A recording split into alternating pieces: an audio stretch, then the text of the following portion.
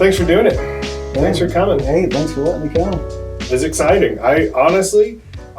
You told me before that you don't like driving on the highway. Mm-hmm. So when I invited you to do it, I was like, I don't know if he's going to want to do it, but you did it. I was excited. Time ain't on my side no more. It's like I either do it or don't. So. Yeah. Well, it's fun. I don't know. I love coming up here. I love driving. If you want to do comedy, you got to be comfortable with travel because that's the name of the game. But, oh well, some people get it, some people don't. Like my wife, like if she was just my chauffeur all the time, she's like the alpha as far as that goes because she drives everywhere that's a pain in the ass to drive. Oh, can I cuss? Is that okay? Yeah. No, you do what you want. But, like she drives all through St. Louis and she don't even break a sweat. And I am just not built that way. I lived on a country road for 35 years. So. Well, it definitely takes getting used to, especially when you get in like 6-lane traffic. And if you see somebody in St. Louis and they're driving like nuts, they're either from Illinois or they're just used to city driving and they don't know, like they don't use their blinker and they speed. And if you get on 270, good luck. Because the speed limit says it's 65, but it really is just so long as you're not the fastest one. That's the rule they play. So I have no idea what roads I took. I just completely went through Google Maps. My dad was a truck driver, and he'd use a damn map like a pirate and get anywhere you wanted to get in the United States with no trouble. Mm-hmm. And I don't have his sense of direction. So, if it wasn't for Google Maps, I'd still be on the road right now trying to figure out where the hell I'm at. You said it took you to Illinois? Yeah. It would say merge whenever, right when you need to merge, and I miss my merges. And I'm a shitty driver. So. I don't know. I think you can't be worse than the people out there already. Man, I'm a menace. I don't know about all that. So you work at the hospital, right? Mm-hmm. What do you do? Like, what's your day-to-day at the hospital? Patient transport. They used to call them orderlies. Okay. But pretty much we'll just take the patient to and from their procedures, and if they don't make it, I take them to the morgue. The first couple of times, I'm like, I don't think I dig this. But you get used to it. Like, I've done well over 200 over the course of 16 years. And so now it's just like, I want to get this guy, put him in the freezer. Oh, you put them on the trays too and put them in the shelves? Mm-hmm. Oh. Yeah. I don't know if I could do that. It's just another thing after a while. At first, it's like, oh, my tummy hurts. But you'd hear all these weird stories about all this goofy shit that would happen. And I've only had like 2 things happen. We had a very morbidly obese lady that passed away. And they had to get like this custom-made gurney to get her in. Mm-hmm. And she was so big, they're always in a body bag every time. Well, we tried to yank it, and that bag ripped. And her arm flopped out and popped me right in the dick. And I've told that story, and everybody says I'm full of shit. They're like, well, what about rigor mortis? Mm-hmm. I'm like, that don't set in until like that's like 8 hours. They'll stiffen up, then they'll soften up, and then they'll be back to stiff as a board again. I got her during that soft phase, and she clocked my wiener, man. A big, like, 80-pound arm just right on your poor boys. Yeah. Just right to the coin purse, huh? I gotta assume that she was a mean lady in real life because she didn't let up. What else? This wasn't a morgue job. See, I started out at the hospital as a janitor. Mm-hmm. And I would have to get something called biotrash. That's all like the bloody stuff. And it comes in like its own red bag. It's a big deal. Well, anyway, I had to go grab this bag for pathology, and it was about this long. It was heavy as hell. And I'm like, man, this feels like a leg. They go, congratulations, that's a leg. I'm like, oh, God. And I never dealt with that before. So I've got this bag full of leg, and I'm like, this just feels illegal. And I go to throw it in the this big dumpster thing, and I missed. And it came back at me and kind of had to dodge it. Well, some bitch tried to kick me one more time. I never really even thought about that. Like, yeah, what do they do with body parts after? It's bizarre. They amputate your leg, then they have to put it in an autoclave, which is pretty much full. They boil it, and then they boil it. Mm-hmm. Why do they boil it? Something to do with germs and stuff. It's supposed to kill all the germs. Makes it tender. Makes it better for eating. I tell you what. Does it smell good after it's It does not. It does not. I was about to say, boiled food never tastes good or smells good, so I can only imagine what a body part. Oh, God, my mom used to boil chicken. It was the worst. I like fry it at least. But it's like, man, this would make a dope-ass necklace like Flavor Flav, except to be a damn leg. But I've never thought about, like, I guess I just don't think about that type of stuff. I've had wisdom teeth pulled out. Mm-hmm. Like, I had some wisdom teeth pulled when I was in the military. And when they were done, they showed them to me. And they were, like, huge. They were, like, this big, like, the root and everything that was in there. Because it all came out with the parts of the tooth. But, I mean, it looked crazy. And I was like, can I keep it? And they're like, no, it doesn't belong to you anymore. And I'm like, why can't that's mine. It was in my mouth. And they were like, yeah, but we pulled it out, so you can't have it. And then they get rid of it. And I never understood that. Like, if I lost a leg, I'd be like, can I keep it? Yeah, keep that thing in a pickle jar or something. Yeah, can we bring people over and show it? Like, what if, show it off, be like, oh yeah, tonight we're having a good roast leg, and people think it's like lamb or something, and then you just put that on a platter. It's got nail polish on it.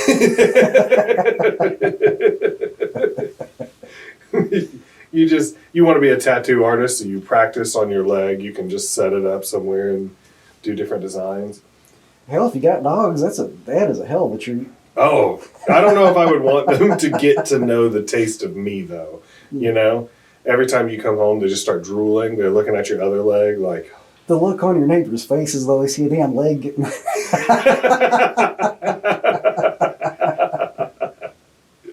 That would be hilarious. That Chihuahua's a mean son of a bitch. Oh my gosh. That would be hilarious to watch a Chihuahua, like, because you know it'd be too heavy for his head, and he'd be like dragging it across the grass, you know, trying to go bury it somewhere, and it's just toes sticking out in your front yard.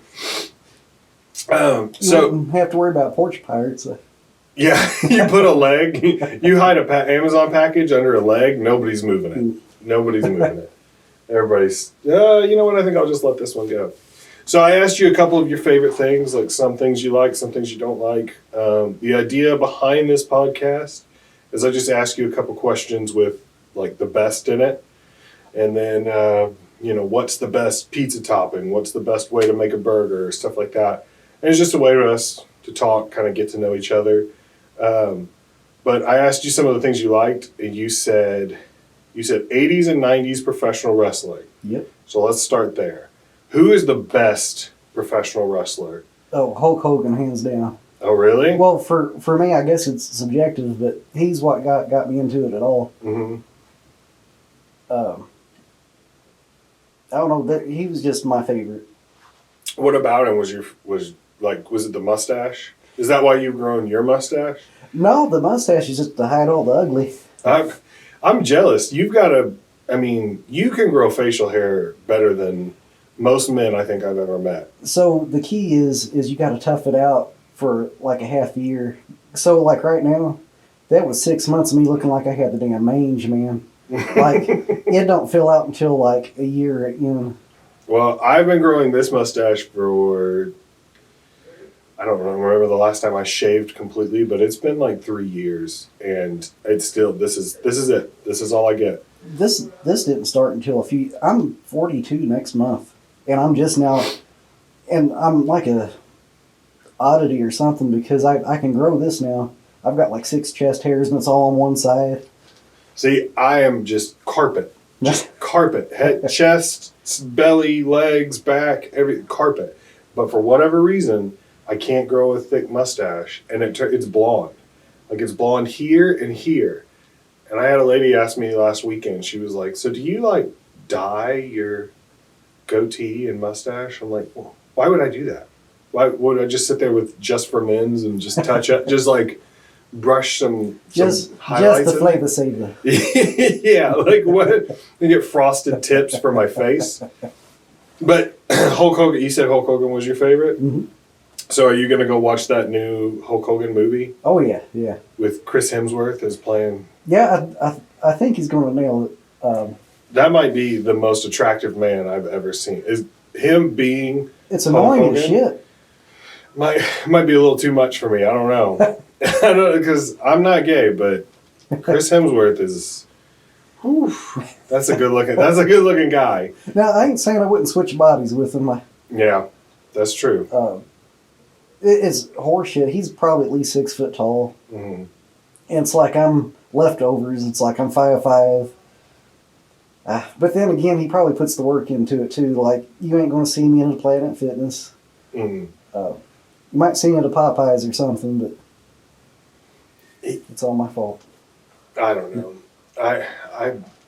I used to be so into working out, and I still am. I still like doing it, but I also really like honey buns. Mm. So it's if you want to be like shredded like that, if you want to be just like, you know, what everybody wants to be when they start working out, it's all about your diet. And I'm on the road so much. I eat gas station food. I eat, you know, anything. Most of my meals come through a window, you know, like, so there's almost no way for me to keep losing weight. And I just get fatter and fatter. And I hate myself when I look in the mirror. And then I'm just like, who cares? I'm a comedian. I'm funnier if I'm fat anyway. So, Yeah, I ain't got a chance as long as Taco Bell keeps bringing back the grilled cheese burrito. Holy shit, I can't stop. Every time they bring it back, I'm like, The grilled cheese burrito, I don't think I've had that one. But the thing that pisses me off is the nacho fries, because my kids love the nacho fries, and they don't understand what a limited time menu is. So it's like, try explaining to your kids when they're 4 or 5, like, no, they don't have it anymore. They only have it sometimes, you know? And they're just like, well, I want it now. So what are you going to do? And you're just like, It's hard not to be a lazy parent sometimes, because when I started out, you'd be at Walmart and you'd see these kids just acting the fool, and you're like, my kids will never do stuff like that. The kids are kids, and that's why, like, we'll placate them with our phones and all that. If my kids was just going to have a meltdown if they didn't have Taco Bell fries, you bet there'd be like 50 of them in the freezer just to be for emergencies. You just bulk up like a Costco purchase and then take them home, freeze them for later, so that way throughout the year you can just release them. Well, kids are smart now. Like, you could save the cartons if the fries come in and just get the Walmart brand, the seasoned fries. The kids are smart and they know. Yeah. Because with me, when I was a kid, they'd always save like the name brand box of cereal. They'd put like the Malt-O-Meal shit in it. And I was oblivious. I'm just like, it came in the nice box. Kids are smarter now because of the internet. I think that's a parenting tip, like, that not a lot of people know about. But once you figure it out, you're like, oh, this is... You buy one box of Cinnamon Toast Crunch, and then you go to Walmart and you get the big bag of the toasted spooners or whatever. You know, like, what are they called? Cinnamon frosted spooners or something like that. The names are always awesome. Yeah, they're just, yeah. What was that? Oh, what's that one I saw the other day? Something Fruity Smackers or something like that. And it's supposed to be Fruity Pebbles, but you just... It's got a badly drawn caveman on the box. yeah. And then they had a replacement for the Count Chocula, but it was like monster chocolate or something like that. Like, it was like they didn't even try. No, It's just like, they're like, you know what this is, all right? Have you ever seen the knockoff toys? Mm-hmm. Oh my God, those are amazing. Like the Incredible Hulk was like the Incredible. yeah. The large gentleman. I like the knockoff Legos. Those work. They do. They're not bad.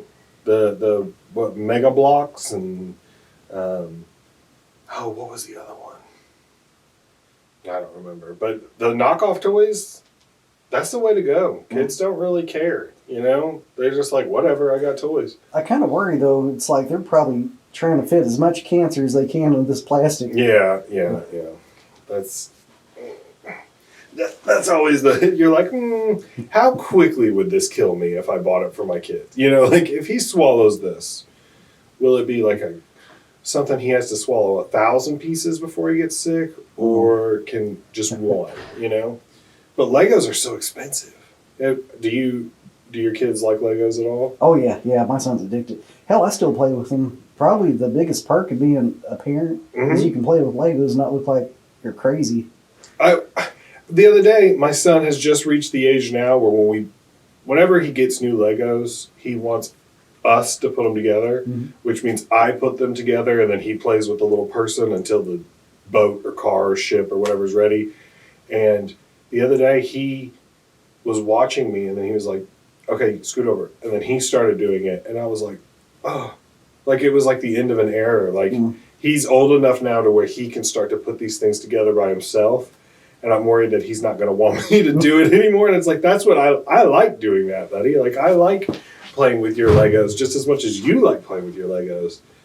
But it always kind of have you ever spent like all day building some like massive thing for your kids only to watch them destroy it? Yes. In like 30 seconds. When my son was 6 years old, he wanted a Batmobile. And that thing was a bitch to put together. And I worked a day and a half on that thing. And, I come home from work and he's ramming it into the wall. I'm like, those were a lot of seconds of my life I poured in that Batmobile, buddy. Yeah. And you can't get mad at them because it's like they're playing with a toy. It's their toy. But at the same time, you're like, can we just, look how nice it is. I could have been napping. Yeah, like now I got to rebuild this. No, that was the rule. If you break it, you'll have to figure it out. But I've been burnt so many times. What's the best Saturday morning cartoon? Oh, man. Oh. So, I couldn't do NBC because we couldn't pick it up on the antenna. We got 2 channels. It was ABC and CBS. I think for me it was Garfield and Friends as far as cartoons. I liked Looney Tunes, but it was always the same shit over and over. Yeah. Garfield and Friends, kind of the same deal, but at least they had like the pig every now and then. Yeah. As far as my favorite was something that was forbidden for me to watch, but I'd sneak around and watch it anyway, was Pee-wee's Playhouse. Really? Oh, I watched the shit out of that. So, my parents didn't like Pee-wee because they just had a weird vibe about him. And this was before that incident. I was about to say, turns out, man, your parents' instincts were on point. Yeah. Which, unbeknownst to me, too, they'd seen him on Cheech and Chong. I didn't know he was on Cheech and Chong, like one of their first movies. And it is weird hearing Pee Wee Herman say the F-bomb and GD and all that. I'm like, oh my gosh. No, definitely Pee Wee. I think it was mostly just because it was forbidden fruit. Oh, yeah. That's how it was with me. I wasn't allowed to watch, like, any, like, Scooby-Doo, Ren and Stimpy. Ren and Stimpy, I can kind of get that one. What was another one that everybody was in? The Simpsons. Wasn't allowed to watch The Simpsons. So when I was older, and I was, like, a teenager, and all my friends they were like, oh, you watch this. Oh, the Simpsons movie's coming out. Let's go see the Simpsons movie. And I would just sit there and watch it, and I'm like, I don't get it. I didn't either. I did not get the Simpsons. Currently, my favorite cartoon is Bob's Burgers. Oh my god, it's so good. I've heard a lot. I don't think I've ever seen, but I don't think I've ever seen Bob's Burgers, but I really like H. John Benjamin. Yeah. The voice of Bob. He does Archer and stuff. Archer was one of those shows that I just loved when I was, I've never seen it. You haven't seen it? So when Archer came out, I was in my mid-20s, I think. And I was just working all the time. Honestly, why I like to talk about 80s and 90s stuff is I don't get to watch a lot of stuff. My kids have had control of the TV for like 20 years now. Yeah. When my eldest daughter was born, I'm fixing to be a grandpa, like, in a week or 2. Oh, congratulations. Thank you. It's still kind of hit me hard. I'm like, I'm still so young and beautiful. Yeah, I would rather be a young grandpa, though. I did the math and hurt my own damn feelings because I'm like, no. But she's 21. That's how old that I was when she was born. I'm 42. So I'm like, it was time just got my ass, I guess. But That's awesome, though. I would much rather, but wouldn't you rather be a grandpa when you're still young enough to like run around and play games and stuff like that? Because I'm going to hit every single phase of that because I'll be young grandpa. Sure. My youngest daughter's 2. So the chances of me even being around for her kids is kind of slim. I don't know about all that. I mean, she's 2 now, Mm-hmm. so say you're 62, she'd be 22, Mhm. she'd have a kid. That's not. It's possible, but there ain't been a male in my family make it to 70. The oldest one to make it was my dad, and he was 66 when he passed. So, Really? Yeah, so that's why I'm like, I better get this comedy thing going because, I can't wait another 20 years. Well, that's how I am. Every time I go to the doctor, it's like that life expectancy gets moved up a little bit further. You're just Wait. like, Wait till you get that colonoscopy. oh, I've had 2. Oh, have you? I've had 2 colonoscopies, 2 where they go down the throat. I forgot Endoscopy.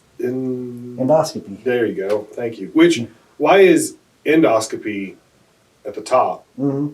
Yeah, you think like endoscopy is like, oh, we're going up to the end, but whatever. Yeah, I have to get those every now and then. And the good thing about being disabled from the military is that I get enough money to allow me to do whatever I want to do. The bad news is that you got to go to the doctor more than you like, and most of the time it ends with not the best news. Mm. So it sucks. We got to stick together, man. We're both gonna go extinct like the dinosaurs. And I ain't got to worry about the Camp Lejeune water because I never got into the military. Matter of fact, I wanted to when I was 18, and my dad begged me not to because he was from the Vietnam era. mm-hmm. And back then, I'm short now, but I was pocket sized when I was in my teens. And he said, buddy, you're skinny and you're short. First thing they're going to do is make you a tunnel rat. And I didn't know what the hell a tunnel rat was. And he's right, I figured it out. And do you know what that is? Mm-hmm. Yeah, I don't want that. So Was he a tunnel rat? no, but he knew. See, now my dad was built like you, real tall. Now my mom, polar opposite. I got my height from her. She's like 4'10", 4'11", tiny. Oh wow! Yeah, little. But my dad was super tall, so he never had to worry about that. But I started reading about what tunnel rats did and how it messed with them, and I'm like, man, Dad called that one. It's terrifying. It's absolutely terrifying. I've seen some documentaries on it and stuff like that. They're like, they would find a hole like the size of like a rabbit's hole or a badger hole or something, but it was a tunnel, and they would just send guys, like short guys. They'd give you a handgun and a flashlight, and they'd be like, go figure out what's in there. And they would just have to go, and I mean, it could be an animal's hole, it could be the Viet Cong's hole, it could be, what you could be. There could be a mine, there could be a cobra, there could be a guy with an AK-47, there could be, you had no idea. Yeah, and they said that sometimes guys would go in and they just wouldn't come back out. And everybody would be like, well. Yeah, that's not the way I want to go. No. Space where you can't move and you have no idea what's coming around the corner or who's sitting there waiting to just stick you as soon as you. No thanks. I'm good. I'm trying to cut back. What's the best show that your kids were into that you like were forced to watch just because they're around all the time and you're like, oh, this is pretty good? So this goes into different decades per kid. With my oldest, I really liked Fairly Odd Parents. Oh, and there's Phineas and Ferb. I like that. Mm-hmm. And we watched a lot of that. She watched a lot of SpongeBob, and I was fine with it at first. But then kid number 2 comes along, and it's been like 15 years of SpongeBob. You just can't do it anymore. And now my youngest, she's into SpongeBob now. And it's a good cartoon, but man, just after a while, it's kind of like Looney Tunes. I don't really watch that no more because... Yeah, it just gets you're just out. like, oh. There are times where when I'm up here, it's good to have a break, and then I go home and my kids will be watching something, and like my daughter was big into some of like the Disney Channel shows, like they weren't cartoons, like I don't know if you know Jessie. Okay, yeah, we watched some Jessie. Jessie, Liv and Maddie, Good Luck Charlie, stuff like that. Like they're kind of, I guess they're Disney Channel sitcoms, and they are terrible. Like they are just, like it drives me insane because they all ended like 10 plus years ago or something. But my kids just binge watch them over and over and over again, and they'll watch all of Jessie, then they'll go through all of Liv and Maddie, then they'll go through all of I don't even know, whatever the next one is, and then they repeat the cycle. And so you're just like, sometimes you'll wake up and you hear the Jessie theme song, and you're just like, oh, are we back to this again? But sometimes they watch stuff that's not bad. Like they redid DuckTales. That's actually really good. It is. It was really good. I was surprised because I grew up with the original DuckTales, and I liked it. And then when they were redoing it, I was like, no, they're going to screw it up. But It was the only minor complaint is I like the original theme song a whole lot better. The second one's not bad, but that's like I don't know if you remember Reading Rainbow. Mm-hmm. Loved the theme song. Oh yeah, Butterfly in the Sky. Yes. So that went on for like a decade or so, but then I can't think of her name. Real famous singer.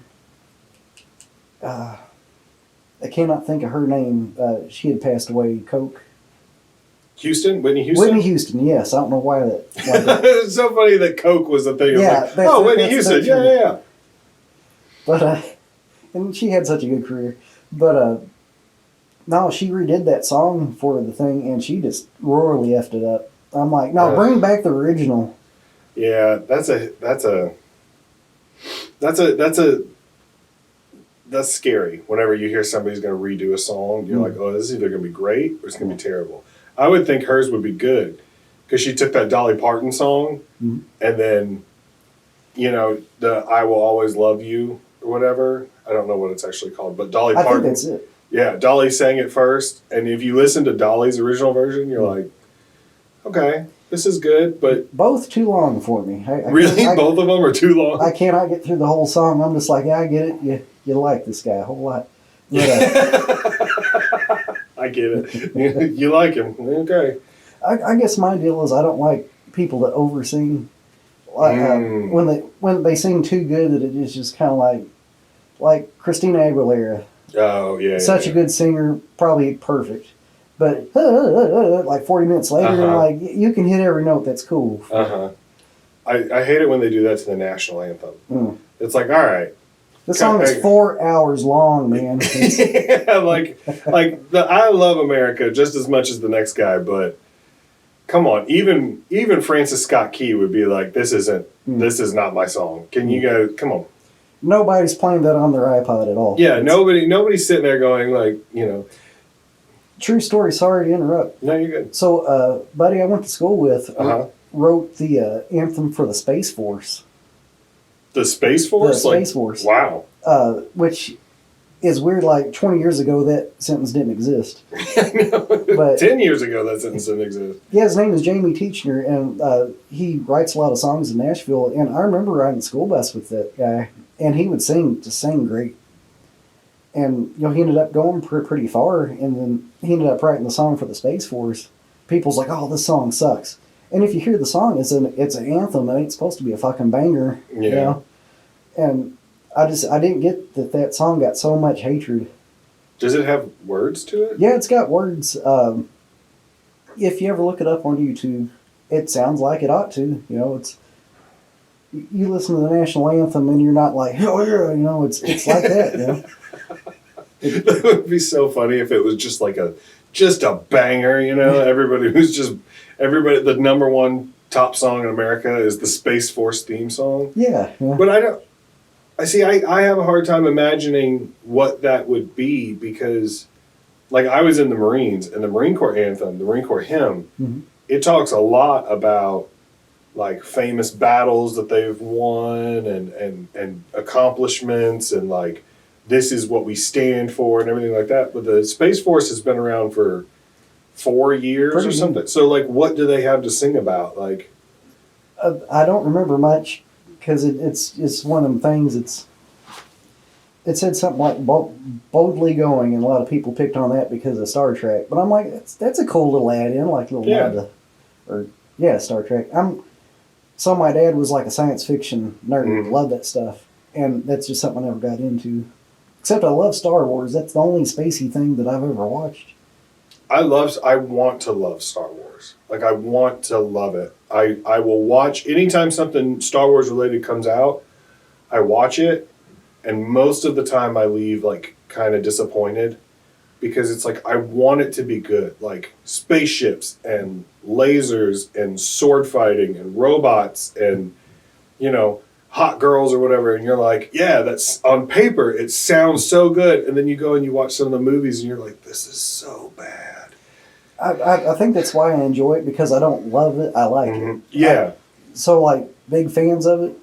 Oh, man, they ruined that one little boy's life that played... Oh, yeah, that sucks, too. Yeah. Like, I hate it when people do that. Like, it's like he's a kid. And it's good enough. Every sequel's been good enough. It's enjoyable. I sat through, like I said, somehow they get me to keep buying tickets, and then I leave and I'm like, yeah, it was good, but I wish they would have done this, or like I wish we could have seen this, or what, this scene didn't make any sense to me, like that. But then they're like, hey, we got a new one coming out, and you're like, oh, I better go see it, So they're good. Whatever they're doing, they know how to keep getting people in seats, which that's the name of the game. Yeah, I'd be perfectly fine making a shitty movie that made a lot of money than make a masterpiece that, I'm still dying poor and destitute. Yeah, do the Edgar Allan Poe thing where you're like, I made some great content, but nobody saw it. So I guess that's the name. I mean, everybody wants something different though these days, so you can't. There's no way to please everyone. I just wish, I don't know. I wish sometimes you see something like when I watched The Mandalorian. It's like it was really, really good. Like there were really good episodes, and I was like, oh, I really like this. And then it gets you excited about Star Wars, and you go watch something else, and you're like, man, this is dog crap, and then you go back and you watch something else, and you're like, oh, it's good again, it's good again, it's good again. And then the next thing you're like, this is so boring. But I don't tend to rewatch stuff. I barely get a chance to watch TV, so it's always new stuff if I can. There's a very handful of things that I'll rewatch. But no, jumping back to Hulk Hogan, I used to get all the VHS tapes and all that stuff. I guess the reason I liked him so much was because he was wholesome. I had a pretty strict upbringing. Not super strict, but if something didn't quite hit right with my parents, they're like, yeah, you probably don't need to watch that. And Hulk Hogan was somebody I was like, tall and muscular guy. I can't never be that, but I can live vicariously through him. And he just seemed like a good dude, like he was a role model. Unfortunately, he got me in trouble years down the line. And I hope the Hulk Hogan ever gets to know the Hulk Hogan story. You've heard that story, ain't you? I think. Well, are you talking about what he did? Like he got in trouble for some of his stuff? Or? This happened to me. Oh no, I haven't heard this. What? So I was engaged to this girl, and we had been living together for a while. And I just kind of had the inclination she was cheating on me, and didn't have no real solid proof or nothing. Just she seemed real distant. So we were in the middle of a makeout session. And partway through, I could just tell it was distant. She was not into it. I'm like, I better have fun with this while I can. So I looked down at her and I said, I can't do this unless I pretend you're Hulk Hogan. What? Wait, what? You had to pretend she was Hulk Hogan? Yep. I said, I cannot do this unless I pretend you're Hulk Hogan. And she looks at me and she goes, what the hell? And I'm like, I'm just playing. And somehow it's still on. Well, a few minutes later, I looked down at her and I said, hey, babe, would you do me a favor? She said, yeah, what? I said, I need you to look me right in the eyes and say, let me tell you something, brother. Did she do it? No, that took the worst ass whipping I've ever taken in my life. She kicked your ass for that? Oh, she was pissed. What? That's such a random thing to get mad at. I would have been laughing so hard. Oh no, it's, whew. No, I tell you what, I think I hit the nail on the head though, because like not even a year after we split up, she had gotten married to somebody. So I was like, Yeah. My heart is broke, but I got a good story to tell the boys at the bar, you know. I would have given anything to see the look on her face when you're like, I need you to say. That would have been fun. I didn't get to see the look on her face. It was just a slurry of fists. She just started hitting you? Like, well, you know how like girls get pissed and they start like doing that? Yeah. Yeah, all I saw was knuckles and fear. Yeah. Knuckles and fear. That's good. Oh, man. Oh, jeez. What's the best way to woo a woman? Oh, man. By not trying to woo a woman. By not trying. Yeah, that's a pretty good answer. So I do that relationship podcast. Mm-hmm. And I talk mostly to guys like me, short guys, or they're not real attractive, they're just kind of average. And they all fall into the same sandpit. Movies will lie like hell. They're like, you know, you could be a nerd and date the cheerleader and all that. Mm-hmm. And it's horseshit. I think if you know how to stay in your lane and be realistic, you're going to have a good time. Because I always thought, you know, I'm probably like in the 5 range. And I've dated 8s and 9s, and it sucks. They're pretty to look at, but you ain't got similar stuff to talk about. You're always having to worry about cheating and all that bit. So this one fella I've been talking to, he's been dateless forever, and he tries to do the wooing thing, but he'll like just go, you know, for the cheerleader every time. And I was like, hey man, do me a favor and give a chance to a chick you normally wouldn't, and I guarantee, you know, things are going to flip around for you. He's like, oh yeah, I'll keep that in mind. And once he does, he'll have a good time. It's weird trying to date above your pay grade. Yeah. I wish I had zero confidence when I was single. And I think that's a big reason of why I ended up with my wife, because she was the first girl that I found attractive that really kind of gave me the time of day, you know, because I was not like a lady killer at all. I don't know, just young and goofy and awkward, and I've always struggled with my weight. So I'm either like really skinny or really chunky. I'm super hairy. I'm, you know, like I've always just been in these like awkward phases, and kind of did what you said, where she took a shot on someone below her pay grade, you know? And I was like, I'm great. Awesome. Thank you so much for hanging out. I appreciate it. You've been awesome. I won't, you know, what do you want to do? Do you want to get a house? Let's get married, you know? Oh, you want me to raise your daughter? Okay. Yeah, that's fine. Yeah. Let's adopt her. Let's go, you know, like. So men and women go by a different sliding scale as far as relationships. Like the first thing guys think of is boobs and attractiveness. That's like the very first thing. Girls, like their thing is height, like first thing. And I've that's a thing I did a lot of research on, because I would strike out like hell. You know, I'm 5'5", and that would just about take you out of the running. And I didn't realize that until a buddy of mine tried to set me up with this girl, and the first thing she said was, "Ooh, he's short." And I'm like, oh, because I'd get rejected a lot, but I didn't realize it was the height thing.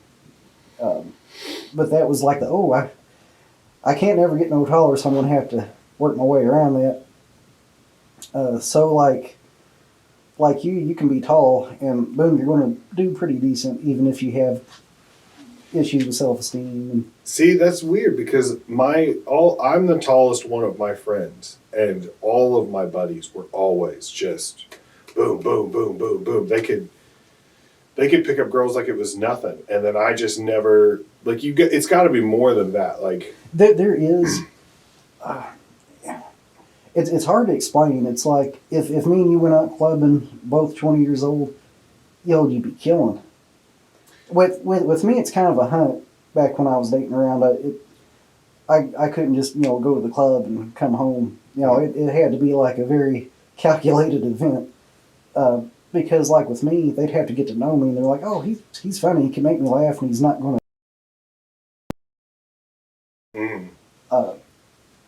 what helped me out a lot was if I dated somebody and they were done with me, if they broke up with me, I was done. I never was like, please take me back or none of that shit. And, word got around that if you broke up with Jeremy, he wasn't going to be a simp and be like, oh, please take me and just bug the shit out of you.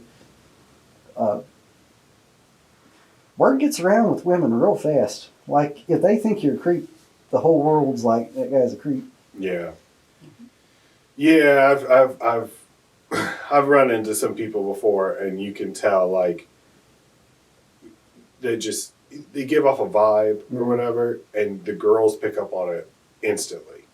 And, like, I don't want to mention any names, but my old boss that I think you know. Yeah. Yeah. He would get this reputation for hitting on girls. He would get really drunk.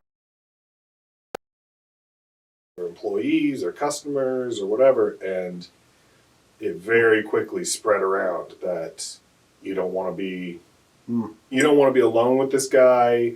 You don't want to stay after hours if he's there. Like, and it kind of, you could see it. It definitely affected the workplace and stuff like that. But I don't know. I think that's a good answer, to just not try to woo them, and they end up falling for you. You seem like you've got it figured. Well, you've got your wife's very pretty, and I married up, and that was on accident. So my first wife, very good looking, like very, very good looking. But me and her mentalities were so different. Like, she's real high strung. I'm kind of laid back. And she would just be angry all the time. That got old. And then when I started dating, I was kind of a little man hooker there for. She was just, side chick to side chick kind of thing. But she was good to me. And it just kind of snowballed from there. I had no intentions of having any kind of serious relationship because I got burnt with my first marriage. But we've been married for 13 years now. Wow. She puts up with my stuff. Congratulations, man. Thank That's you. a lot. That's we're about to hit 10. 10? We've been together for 10, but we've been married for 9. Still, that don't happen much no more. I know, and especially because, well, it was second marriages. Like, when we were getting married, I read all these books about, and they said that second marriages have like a 75% failure rate, and if there's a child from a previous relationship, the number even increases to 80 to 85% and stuff like that. And I don't know, maybe I just got a good one, but we've had rough patches, where you're like, you spend like a month where you're just kind of like, you've been really pissing me off lately, like that. But then you kind of fall back into it, and you remember why you fell in love, and then or something happens and you get good news, or sometimes even bad news, and you're like, I'm so lucky I have this person with me. I'm so lucky that you've decided to stick around through this, because I would be lost, It's just, I don't know. How many women would you say you've dated before? Oh, Lord. My first wife was my second girlfriend. Oh, wow. By my wife now, it's not a huge, it's like 30, like around 30, but for me, I had to work hard for that 30. But, you dated 30 women? Mm-hmm. Well, holy. See, I'm counting like, one night stands and stuff like that. But now, as far as serious relationships, probably 4. If I counted serious relationships and one night stands, I think I've dated 6 people. You are a pure man. I am not, dude. That's just how awkward I am. Like, I always go for a joke. Like, it's my defense mechanism. I always just try to, like, and a lot of times that's a deal breaker. Like, girls want a funny guy, but they also want a guy who can turn it off. And I can't turn it off. Oh, I've gotten in trouble for that shit before, because she'll be like, you need to be serious right now. And it took some learning to quit, trying to make a joke out of everything. Because it's about my damn life a few times. I would pester the dog shit out of her, and I couldn't turn it off. And one time we was in line at Goodwill, and for some reason I thought it was a genius idea to grab the love handles and go blah, blah, blah, blah. And she turned around, and I caught hell the whole way home. She's like, "What were you thinking?" I said, "I wasn't, I swear." But she learned to turn that shit around on me because, you know, the goosing thing, they bend over you, Yeah. give them in the behind. So she would get so pissed about that. And I do it every time.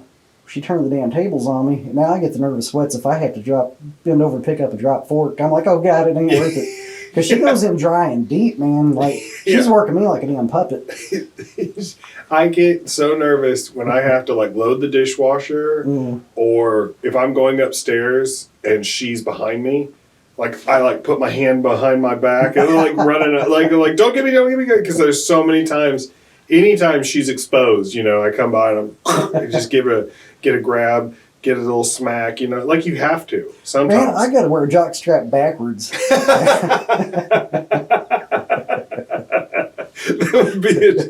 I would love to see that. I'd love to see you do that and then forget it's there and then sit down and you're like, you have to like lean to like one side because it's there's that got that hard cup in the back. That's good. You hear a tink every now and then? Pop, ha. I used to get in trouble because I can't. I'm a huge boob fan. So sometimes when my wife gets fired up or whatever, and she's just wearing like a sports bra, you can just see the headlights are on, you know. And she's like, "You're not even looking at me. You're looking at my boobs." And I'm like, "I can't.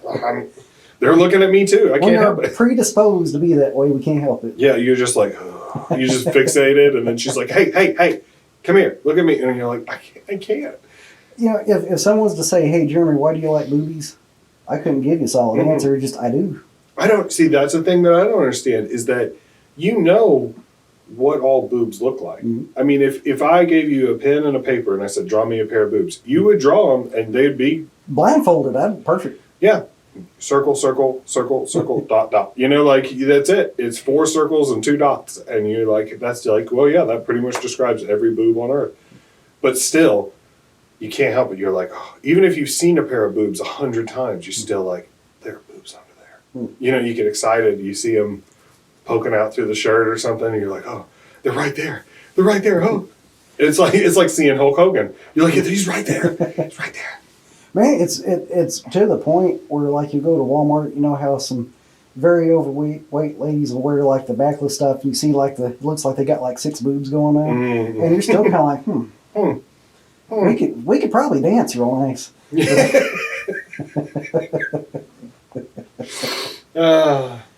I told my wife one time that I was like, I probably I shouldn't say that. I shouldn't. Never mind. Cut. It takes too long to edit out. Yeah. Sometimes I get to having a conversation on here, and then I realize, like, oh yeah, this is going to be broadcast to the world. So I had her in here last weekend. She went to a Reba concert with her best friend, and so afterwards I was like, why don't you guys come back and we'll record an episode. You guys can tell me all about it. It was a shit show. Like, it was horrendous. Like, this microphone, I don't know if you can see, but it's all like, it's still broken because her friend was in there and she kept grabbing it and like pulling on it and bending it, and it's her best friend. So it's like, I couldn't like be like, fucking stop, you know? Like, I had to be like, maybe we should just leave the mic where it is. Maybe we shouldn't mess with it anymore. And she'll be like, let me tell you something, you know? And like, what's the best way to deal with, like, if your significant other has that person in their life that's like their best friend, but you hate them? Oh, you don't. That is their problem to deal with. Yeah. There's no good to be had if you're like, hey, could you talk to her? Because it's bad. And just to be clear, if you're looking at this and you're like, he's talking about me, I'm not saying that I hate you. I'm just hypothetical. Yeah. Because there are times where your wife is with her best friend or somebody, you know, and you're just like, not this person again. You know, like, they're just out of control. You're like, how do I calmly but correctly tell them? It's impossible. That's a mathematical equation no one's figured out. Yeah, you can't talk sense into that. It's, I don't know. There's no proper way to handle that situation, you know? Let me ask you a couple questions. Let me get to a couple best generic questions. What's the best gas station chain? Best gas station chain. My favorite is it's not even a chain, so that don't count. I would say probably QT. That's the one I see quite a bit. I think that's a Missouri thing. I think everybody from Missouri says QT because they really are like a step up from everywhere else. You can get anything there. Now, I've heard about Buc-ee's. I've heard a lot about it, but I've never been to one. It sounds like a destination. It is. There's one in Kentucky, or there's one in Tennessee that's not too far away, I guess. It's closer than Texas or Alabama. And I think they said they're going to build one up by like Springfield, Missouri, in a couple of weeks. But it's a sight, man. It is a sight to behold. It's like if they took like a Walmart and made it a gas station. Like you walk in and it's just like, no, that doesn't even make sense. It's like it's more like a Cracker Barrel and a gas station came together. What is that one? It's like firework Boomland. Is it kind of like that, or? Yeah, I'd say it's kind of like that, except Boomland, I think, has like 8 gas pumps. Buc-ee's has like 175 gas pumps. Really? I'm not kidding. Like it's just a line of gas pumps. Like as far as you can see, the building is gigantic. It's as big as, a Walmart would be. There's a section for like clothes and hunting equipment and fishing gear and then home decor and bathroom and toiletries. And then they have like a huge like beef jerky bar where you can get like 40 different kinds of beef jerky or donuts or hot dogs. Then in the center they have this place where they bring out like fresh brisket and barbecue and taffy. And then you walk in the door and they're always roasting like almonds with like cinnamon and sugar on them. So the whole place constantly smells like those roasted nuts, which just smells delicious. Mm-hmm. It's pretty awesome. Fudge. All kinds of chocolates. They make their own, they call them beaver nuggets. And they're basically like Cheetos kind of thing, but they make their own. It's pretty sweet. So say you're out in town, right? And you you don't drink coffee, but say you're out in town and you feel like you got to go to the bathroom. You don't have enough time to make it home. Where's the best place to go? You know what? There's a gas station not too far from the house, and I think it's a Rhodes. And they keep that pretty clean. But that's just because it's close to the house. Mm-hmm. I'm going to have to say that because that's the one I utilize often when I can't make it home. I always shoot for... I don't like going to gas stations because you can never tell... It's a coin flip on whether it's going to be clean or disgusting. It's either the cleanest bathroom you've ever seen... Mm-hmm.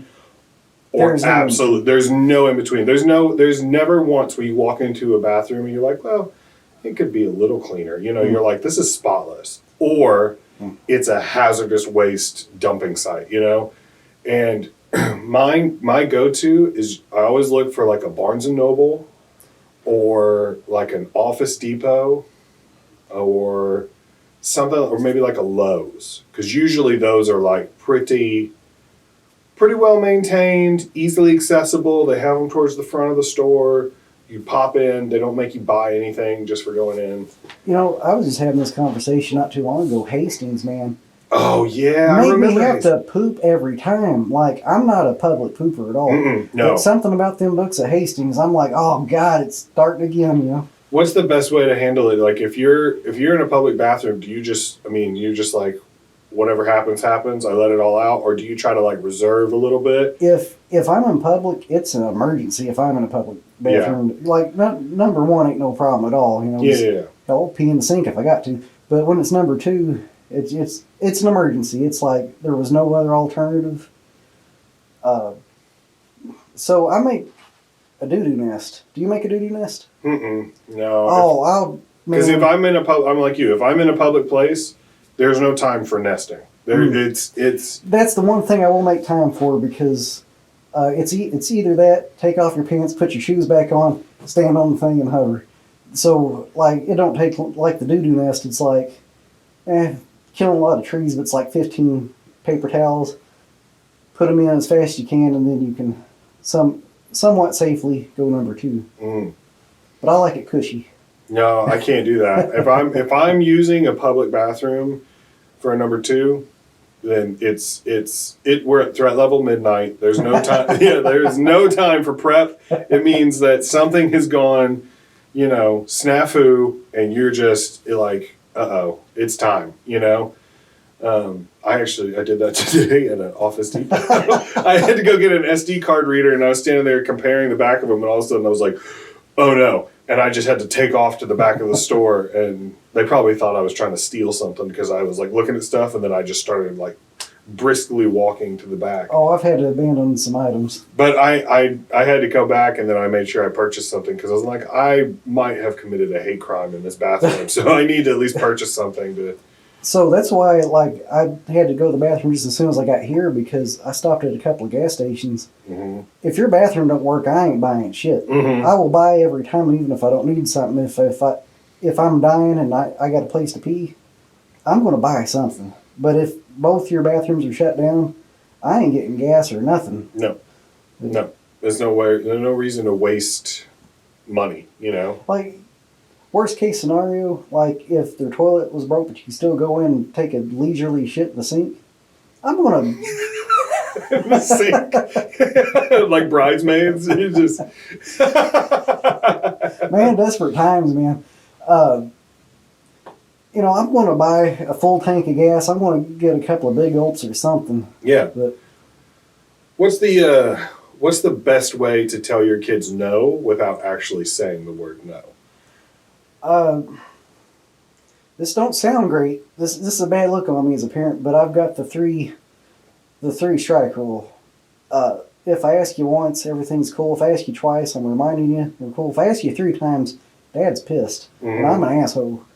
But the thing of it is if you turn that asshole up to 11, you don't have to do it very much. I mean, if you're really, what did I just say? Mm-hmm.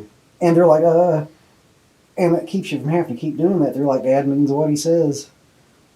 Because a lot of parents will be like, I'm going to count to 10. I'm going to bust that ass. And they never do. Mm-hmm. Oh, kids know that.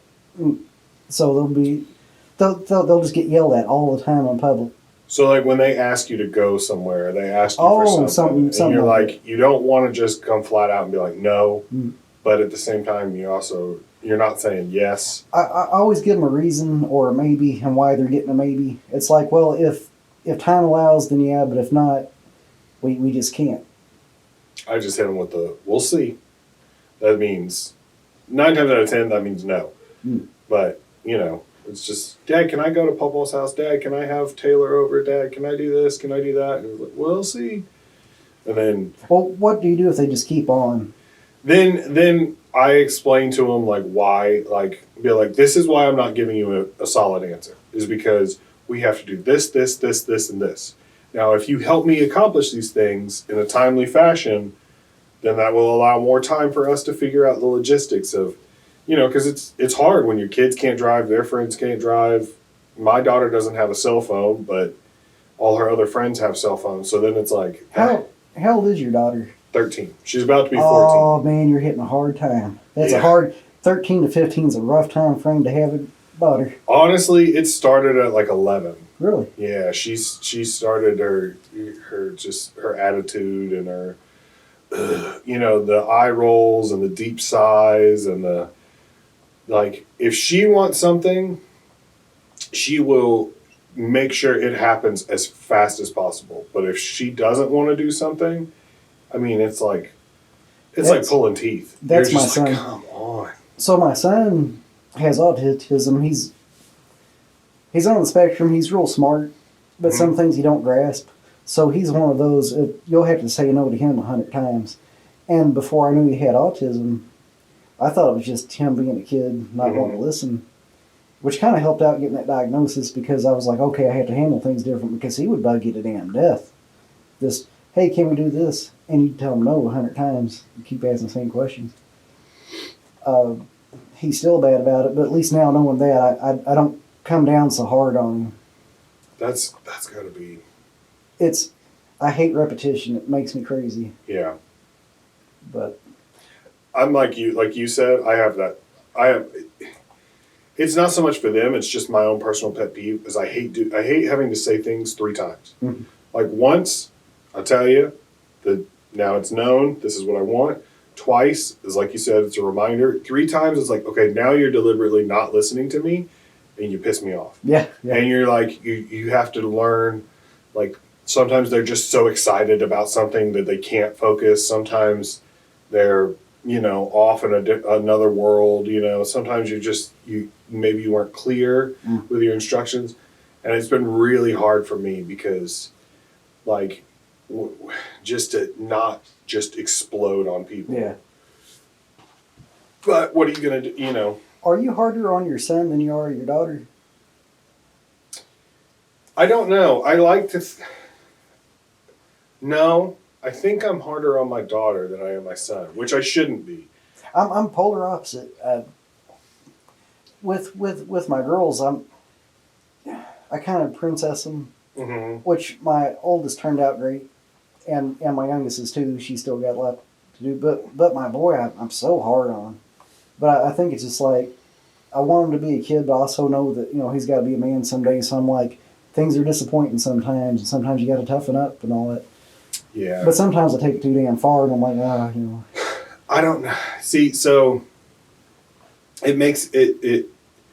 I was very hard on my daughter when she's from. Okay, so my daughter is from my wife's first marriage, and when we moved in, when she didn't live with me until she was 5 years old, and her biological dad was not around after age like 2.5 or 3. Like, he just was gone. And so she was raised a lot, like the only male figures she had in her life were her grandfather and her great-grandfather. And they spoiled the hell out of her. I mean, she was the princess. And that's what grandparents are supposed to do, So when she came to live with me, she was super spoiled and she thought she could have her way and, all the time. And I was in the military, and I was working in a part of boot camp. So I would get kids in boot camp all day long I'd be at work at 5:30 in the morning. I sometimes wouldn't come home till like 7:30, 8 o'clock at night. And then you get there and then you're still in that mode of like, I told you to do this, now you're going to do it because I said so, and I was real hard on her because I thought it was my job to break that spoiled cycle. And I regret it. I screwed up so bad. I regret it to this day. But there are times where I feel like I have to be more stern with her. Like, my son is pretty good. Usually if I tell him to do something, he goes and does it because he's still young enough that he wants to make us happy. Like, he wants us to be proud, If I take my daughter to like a practice or a game, or she does cheerleading, so she'll be on the sidelines or whatever, actively trying not to make eye contact with us, even though we're sitting like directly in front of where she's cheering. You see, she's kind of like purposely not looking at us. But when I go to like my son's basketball practices or something, every 15 seconds, did you see me, Dad? Dad, did you see me? Did you see me, Dad? Did you see me? So it's easier with him because he wants us to be proud of him. He wants us to be happy with him. My daughter, on the other hand, just couldn't give a shit. Like, she does not care. That'll change once she's an adult. With my daughter, me and her were buddies up until 13, 14, 15. I had to do the stuff, take away the phone, all that. Because, she's testing out her independence and all that stuff. Mm-hmm. And then when she became an adult, which that was a little short 3-year stint, and still we got along fairly decent. But when they become adults, they're like, Dad kind of knew what he was talking about, because I would give her life advice, and some of it would, go right past her. But as she got older, she's like, I should have listened. But I think that's just how it goes naturally. Like, it ain't going to be like that forever. Yeah. Hopefully it's not like that forever. Hopefully. Well, you're putting the time in. It ain't. See, I wish. I feel like a bad dad because I'm up here 4 or 5 days a week trying to get this off the ground, editing, doing open mics, trying to do shows, trying to get people on the podcast, use it as much as I can because I'm paying for it. Mm-hmm. And then I go home for basically 2 days, 48 hours, 36 hours or whatever, and try to like pretend to be a dad. But it's, there's so much time you miss. The good news is that now when I come home, they're usually excited to see me because they haven't seen me in 6 days or whatever. My dad was a truck driver, and I pretty much would have saw him on the weekends for the biggest chunk of my life. But Dad made the time count when he was home. He never ignored me or my brother. He was excited to see us. We wasn't like an afterthought ever, So I hated that I didn't get to see him much, but I don't have any bad remembrances of him because it was always fun when Dad was home. He made the time count. So. See, I don't know. I try to be the fun dad when I come home, but sometimes I'm exhausted. Sometimes I'm super tired, and then you're just like, look, I would love to play tag with you right now, but I am beat, and I just can't. And it's so hard. Or you come home, and I don't know if you've ever done this, but your wife has had a problem with one of the kids, and so she comes to you, and she's like, they won't listen. I need you to do this. I need you to. And then you're like, I don't want to be the bad guy. I just got here. I don't want to be the bad guy. I don't want to discipline them. But, what's the best way to handle that situation? It's always awkward. My wife is pretty good about handling stuff. It's very rare if she has to come to me and say, hey, I ain't got this figured out. Sometimes I'll just kind of step in. Like my son's real bad about not picking up after himself, and he never charges remotes. He's broken so many remotes, and so I'm like, hey, these are yours. This is yours to take care of. And he would start grabbing my stuff. So I just put it in the trunk of my car, like everything. I'm like, you're going to do it out for a while till you're going to have to learn. But I don't do physical punishment. I was whipped as a kid, and I don't mind. But I've just never had to use that. Like, we didn't have neat shit when we were kids to take. Like, hey, take this see and say, that's mine now. No one gives a shit, But if you got a cell phone that plays every game you got, you miss that, Yeah, I haven't. I don't think I've spanked one of my kids in years, and because I don't like doing it. I got spanked when I was a kid, and it wasn't anything like crazy. Like, I got the belt a couple times. I got some wooden spoons. I got, but I've never done that to I've never used an object to hit my kids. I've swatted them on the butt a couple times, but it's been a real long time. And I don't know. That's not my style. I get angry, and sometimes my wife is like, you need to chill, and it's like, okay, all right, you're right, I'm sorry. The wife has gotten on to me a few times because of my loudness, because I'm really soft-spoken. So if I get loud, it's a shock to everybody, because it's like, where'd that come from? But there's been a few times where, my boy just wouldn't listen. Like, one time, he kept running. He was little bitty. He was probably 4 or 5. He kept running up to me and just kind of headbutting me. And it was kind of annoying me. And I'm like, hey, buddy, knock it off. Kept doing it. And finally, he accidentally headbutted me right in the goober. Man, I mean, just full force. And I'm like, how many times? And that poor kid just seized up and started peeing everywhere. And my wife was like, oh my God, Jeremy. And I'm like, oh, sorry. It's a weird balance of trying to be like, knock it off, and finally being like, I done told you, now here's the repercussions. Yeah.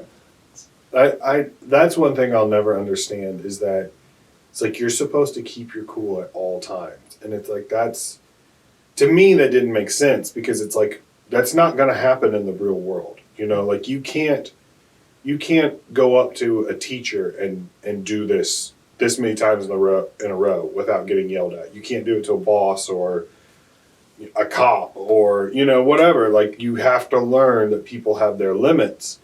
And so when you make someone explode, yes, I'm the adult. I should know better than to raise my voice or scream or whatever. But it also, at the same time, like, I told you several times very nicely, you know, and my son went through a big phase of, like, he likes to play fight, you know, and wrestle around. And that's fine. That doesn't bother me.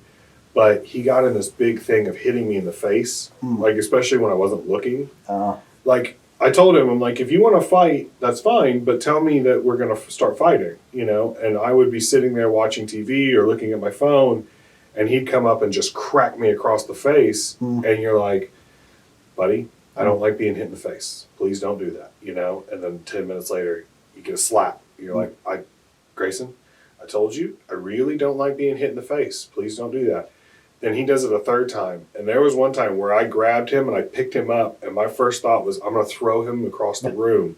And then I just, like, he could see how angry I was. And it was like, he just the fear took him. And I just put him on the couch and I just walked away. And I could hear him, like, crying. And then my wife came and she's like, what happened? Why is he so upset? I'm like, he hit me in the face 3 times. And I told him every time, don't do it. And she's like, well, he is petrified. And I was like, well, that's okay. That's a lesson learned. Yeah. You play stupid games, you win stupid prizes. And he won big. That's why there's so many Karens out there. Yeah, I think so. Yeah, because nobody ever told you. I don't think people are explaining to their kids, you can't just be a piece of shit, you know, in public. Like, and everybody grows up, then nobody tells their kids that these days, and then they get older and they go out in public and, let me talk to your manager, let me do this, and you're like, you don't understand. Like, you're the problem, you know, and nobody wants to be told that, so. There's a lot of selfishness, and that's like my main pet peeve is selfishness and greed. I hate both of those things. It's getting to the point where being selfless is like an anomaly, you know, just trying to do stuff that benefits other people. It's not as prevalent as I'd like it to be. Yeah, that's why like, taking it in like the comedy world, there's a lot of people out there that, if, like we were talking about at the very beginning, they're like, oh, I don't want to go to that. It's not productive for me. Why? Why do you think that you're better than this? Like, why, you know, I don't understand. Or, like, you go to some of these mics in the city and you'll have people come and they just write their name in on the list. And it's like they want to go right in the middle, right in the sweet spot. And you're like, why do you think that you get this privilege to do that? Now, there's some people out there, don't get me wrong, there are some people who show up and they, you know, like Greg Warren. I don't know if you know Greg. Oh, yeah. Yeah, very funny comedian in St. Louis. He headlines all over the country. If he wants to come in and write his name in, yeah, he deserves it. He's put in his time, he's put in his work. But there's other people you see who come in and write their name in, and it's like, who are you? Why do you think you get to do this? Why do you think you get to bump everybody else? And then you go up and bomb, and you ruin the show for everyone that came after you because you sucked, you know? And that's the thing that I don't understand. But like at me, I will ask to go at the very end sometimes because I don't want to feel like I'm holding anybody up. I don't want to feel like I'm getting special treatment. Plus, at the end, the crowd is super tired. So if you're working out a new joke, it'll let you know really quick, like, hey, there might be something here, or hey, no, this is bullshit, you know? How many years have you done this now? Well, 4.5. 4.5 ish, yeah. See, I was thinking like 8 because when you did that show in Poplar Bluff, people was asking me about you left and right, and you killed it. I appreciate it. It was a fun show. I liked it. I liked doing it. It was fun. It was outside, and it's the first time I've ever, headlined something. And it was basically, I just went last, But Dave, you did good. David did great.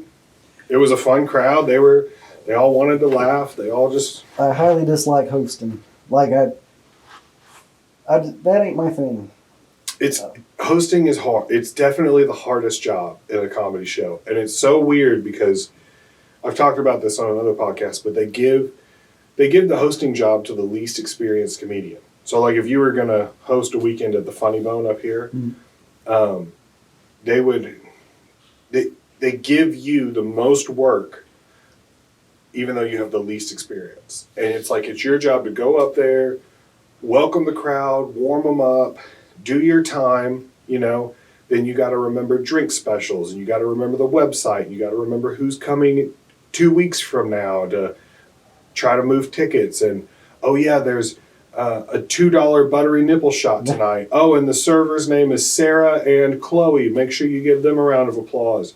Oh, and your next comedian, you might have seen him on 2 episodes of Reno 911 in 2007. So, you know, like you gotta remember all of this stuff to do. My memory sucks so bad. Yeah, it's so ridiculous to me, but it's just part of it, you know. I just graduated to where I can use note cards. You remember when I used to write all my shit down on my wrist? Yeah. Man, I did that forever, and I started running out of arm space.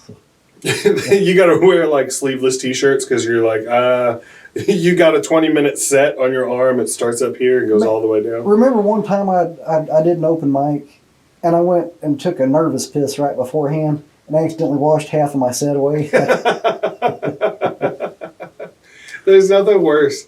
There's nothing worse than you wait like all week because you've got a new bit you want to try out. And for guys like you and me, you know, if you live up here in the city, you can probably do an open mic or get a set in like every week or every night, you know, like it's not hard for these guys to bounce from mic to mic to mic to mic. But guys like you and me, we're down south, we don't have anything. You might get one set a week, if that. And so you look forward to it all, you know, like, oh, next Wednesday, I've got this new joke I'm going to try out next Wednesday. I got it. Then you get up there and you stumble over your words, or you forget a line, or you forget a tag, or you forget something. And then for the next week, you're just like, oh, I can't believe I screwed it up. Oh, I can't believe, you know. Man, this is the busiest week I've ever had comedy-wise. Yesterday we had Papa Mojo's, then today this. Tonight is another margarita place. The daiquiri place? Yeah. Like I forgot, what is it called? I can't remember. It's brand new. It's not even been open a week, I don't think. And it's in the town plaza, isn't it? I think so. So, yeah, if you're in the Cape Girardeau area and you see a daiquiri place in the town plaza, Wednesday nights, go check out the open mic. Then tomorrow's Poplar Bluff again. That's the one I'm looking forward to. The Green Oasis. Yep. Green Oasis in Poplar Bluff. It's a really cool place. They've got good drinks, some food. It's kind of a cool outdoor setting. It is beautiful out there. Yeah. I've never done an outdoor venue until then, and they really kind of had that pimped out. Had a little gazebo. Yeah, I liked it. I thought it was fun. I liked the stage. I was a little nervous at one point because I looked and there was a lady behind me, like she was like putting up like a sticky note on like a fence behind me. Oh yeah. And I didn't notice her, and then I turned around and she was right there, and it was just like, oh, I thought I was gonna get Will Smith, you know, like I didn't know. I was like, what did I say? No, that was fun. That was a good little place to hang out. I don't know what I want to. Here's a good one. Let's say that tomorrow, right, the Olympics called you. They were like, Jeremy, all of our athletes got the flu. We need you to come in and fill in for a sport. What Olympic event would you be best at? I already know right now. Bobsled. Bobsled. Oh. You ain't gonna catch my little ass running. If you see me running, you better start running too, because Jeremy don't run. So if I can just ride in that sled. That's a good one. What would you do to prepare for it? Just watch like cool runnings, like 7 times? That's about the only way, because like with my comedy, you're so good at what you do because you do the mirror practice and you write your shit down. I'm writing my set list just as soon as I walk in the door. Like that's the open mic's my prep, so that's how it'd be there. I just get in the bobsled and hope for the best. Yeah. I would hope that my weight would maybe work for me this once. Yeah. I know a lot of people that work that way, especially with comedy, is like something about being in the building, being close to the stage, watching other people, you know, it like the gears start turning and the motor starts going, and next thing you know, like they get new jokes just from sitting there. So there's a lot of people who write like you do. Because you do, I mean, when you walk in, You're not talking to anybody. You're not getting a drink. You are at the table and you're writing. And then once you go up and do your set afterwards, then you want to hang out, and which I totally get. I've tried so many comedy experiments. Remember the time I tried to get drunk and go on stage? I remember laughing. I remember you started off with "Listen up, you sons of bitches" or something like that. I was like, "Whoa," because you're so soft spoken. But when you went up there, you were on fire. It was all for the wrong reasons though, because like you're a nice guy, and I see you as kind of a sugarcoater. Like you don't want to hurt nobody's feelings. So I asked Tom Cook, because Tom Cook is honest to a fault. Mm-hmm. I'm like, hey man, just give it to me honest. How did tonight go? Because I ain't got no idea. He said, man, you kind of sucked. And I appreciated that, because I was like, the drinking don't work for Jeremy. I don't know. I really liked it when you were. I mean, you were. I do remember that. It was probably a couple of years ago now. Yeah. I mean, it was before the pandemic. Mm-hmm. So I remember you getting up on stage and you grabbed the microphone with a confidence I've never seen before or since, and you're just, "Listen up, you sons of bitches, I'm about to tell you." And I remember everybody being like, "Oh, okay, all right, Jeremy's here." It was fun though. It was fun. I wouldn't recommend it for everybody, but yeah, I've seen so many people try to quit drinking that I don't want to go down that rabbit hole. So yeah, I figure I just assume know what I'm up to. What would be interesting though is like trying to go on stage on shrooms. I don't think it'd work though, because I would just kind of be in the corner just thinking about life or something. I mellow out. Yeah, I don't see. I'm skeptical about going up with. I don't even like to drink like energy drinks before I go up, because then I feel like I'm jittery and my brain's like, because I have ADD and stuff like that. So it's hard for me to remember, like, especially if your jokes already have like a structure to them, an order. You're like, I got to hit this, and then I got to hit this, and then I got to hit this. And if you're too out of it, you're just going to be bouncing all over the place. I suck at transitions anyway. Like, it's very jaggedy. I've never had a smooth. It's hard. It's hard until you get like an idea of what you want. Like, because how long are you used to doing when you get on stage? The normal is like five. Remember when it was like hard for me to get to 3 minutes? Like I would be done so fast. I think if I did all of my stuff, I could probably do 10 or 15 maybe. But my use is like 5 to 8. When you get to the point where you're doing like 20 to 25 minutes, you really start to figure out like, okay, this is what I spend my time on. How do I make it fit? And like restructuring, like, okay, this joke should go first, and then it's an easy transition into this and this and this. So like, I have a lot of jokes about my kids and my wife. So like, I might start off with like random stuff, and then once I get into, family stuff, it kind of goes in an arc, family, and then, it kind of takes form. It's so hard to work clean. Like I never worked clean until that Papa Bluff show, Mm-hmm. and that sucked. Like, oh no, I've made it when I can do a solid clean set. But it was like a lot of the guys that are bowing out, they're kind of worried about working clean. They don't want to censor their stuff. Yeah. But you told me something that was smart about, you're closing a lot of doors if you only work dirty. Yeah, like I don't know. I don't like it when sometimes people will say stuff like, oh, clean comedy's so much harder than dirty comedy, and it's not true, because stand-up is hard. Stand-up is hard no matter what, whether you're dirty, whether you're clean. There's now they started saying like, oh, you're either mainstream or you're alt comedy or whatever, and it's like all of that, I can't stand it. Did you stand on stage? Did you make the people laugh? You're a comedian. Don't care if it's clean, don't care if it's dirty. I don't care what you're doing. You're doing comedy. But why, if you're a comedian and you say, I only work dirty, okay, that's fine. That's who you are. But also, why would you shut those doors? Like, why would you not, you're leaving money on the table by saying, I only work dirty. Okay, you can work dirty, that's fine. But also, don't you want to get paid? Like, don't you want money? You know, like, I don't know anybody who's in a position where they're like, nah, I don't need that money. That clean show is the most money I've ever made. Really? Yep. And that was like, what, $40 a piece, something like that? I don't, yeah. I think so. And you didn't even want to take the money. I'm like, no, you've earned this at least for gas money. Well, I was just happy to do it. I kind of saw it as like another practice and test out some jokes here and test out this and kind of see how. Plus, I'm always excited to see how some of my jokes work with just different crowds. Yeah. You know? That was a good crowd. That was fun. They were a good crowd. That one guy with the Great Dane. Oh, he man. wanted to talk. They were like shutting the lights off, and they were like, "All right, we're getting ready to leave. Is anything?" And he was like, "So tell me more about the." And I'm like, "Well, That's nice, though. I mean, like, hell, you had a little fan group going on there. Because, I mean, they still ask about you. Matter of fact, this one, they swore up and down that you were going. I'm like, no, he's got something to do that night.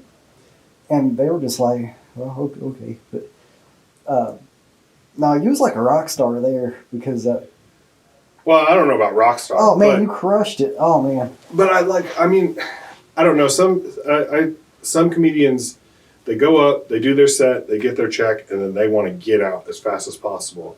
And I don't understand that. Like, why wouldn't you stay and talk to people? Like, the whole reason that you're there is because of them.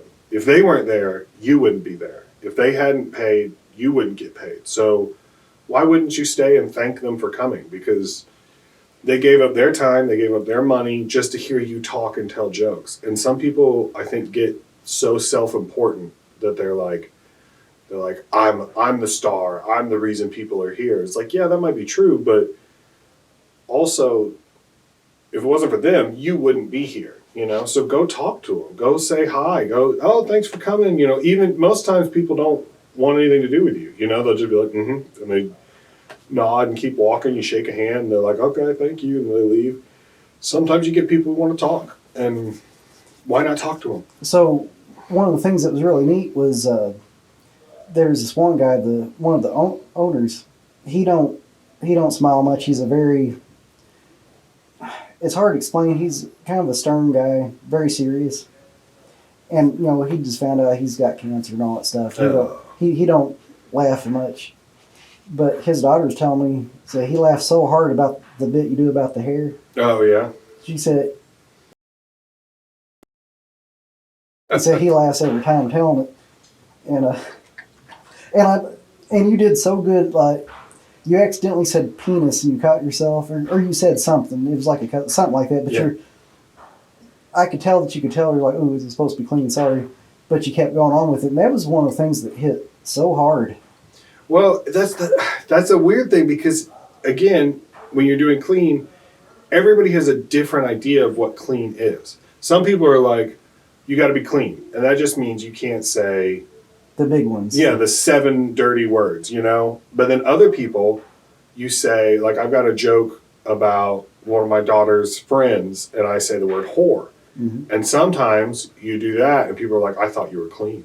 Why'd you say whore? And you're like, is that subjective. Yeah, like, is that a bad word? I mean, Jesus said whore. So if Jesus said it, I think I can say it, you know? Like, but and then again, like you said, penis, you know, like, am I not allowed? What should I call it then? You know, like, why is penis not okay to say? But if I said winky, or that group, I wasn't expecting so many middle-aged and older. Like, it was mostly older people. Mm-hmm. And like me and you come from different generations. You're probably born the 90s at least. Mm-hmm. And I was like right in 1980. And if I said fart, my mom would be pissed. Oh, yeah. We didn't say fart at my house. To her, that was a hugely bad word. Mm-hmm. And, man, I'm glad that Mom don't embrace technology, because if she ever got on my Facebook or YouTube, she'd be like, oh, God, he said nipple. Yeah. You know? That was a big thing. Like, when we were growing up, fart, you didn't say fart, you said toot. Mm. You know? You couldn't say... You didn't say any of these things. Like, I've got I don't want to do the bit, but my parents, they wouldn't talk about puberty. Like, mm-hmm. my sister, my mom would say, it was TTOTM for that time of the month. Ah. They wouldn't say, or my sister would say that she wanted to kill squirrels. And for whatever reason, killing squirrels meant that she was, Doing the thing. yeah, doing the thing. And we couldn't talk. I mean, we could not talk about it. You did not bring it up. It was not polite. I was raised that you don't talk about money, you don't talk about politics, and you don't talk about sex in polite company. And now, that's all anybody wants to talk about. That's all they want to talk about is politics, sex, money, like drugs. You're just like, I'm not comfortable with this. Like, I'm so old now that sex is kind of boring to talk about. Yeah. So I worry about these kids. I think we used to talk about this before. yeah, Is like, when I was a kid, if you wanted something titillating to take to the bathroom, you had to get your mom's Best Homes and Gardens and hope Sears there's a magazine. bra. The Sears catalog, yeah. And now kids can just flip through and see the weirdest shit. Pornhub has gotten 20 years from now, there ain't no telling what they're going to find as sexy, because now it's like step bro, step sis stuff. So how are they going to like up the ante on that? Like, how much weirder is it going to have to get? I don't know. I honestly try not to watch porn. Not to give away too many secrets, but my wife's ex-husband was addicted to porn, and it always made her self-conscious. And I think there was a bit of like, why can't you look like this? Why can't you do this? Why can't you be like this? Why can't See, like comparing? Your wife was a model or something like that, wasn't she? She very briefly, she took pictures in, I want to say it was like Forever 21 or Star Search type thing, where it's like, wear our jeans, take pictures, send them to us, and we'll put you. And she won, and she got put up in like all these stores. There was a big picture of her wearing their jeans. That's and that was the only thing she did. But so yeah, still, that's a big deal. Yeah, and but if you bring it up to her, she's like, I wasn't. She blows it off.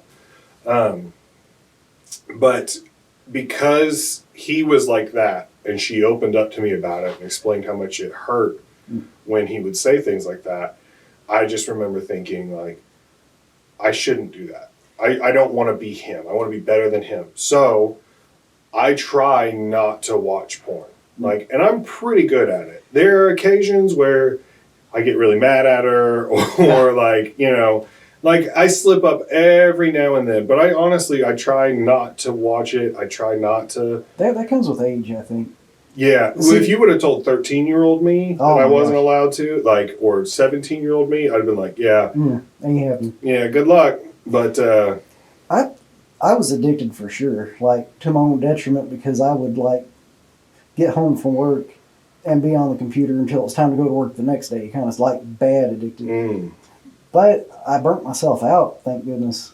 Like, I get to think thoughts now. Like, every now and then, I'll flip up the Pornhub. It's so rare now. But used to, it wasn't that I wanted to watch porn. It was like I had to. Like, there wasn't it was food, water, and porn that fueled me, I guess. And I'm just glad to be out of that.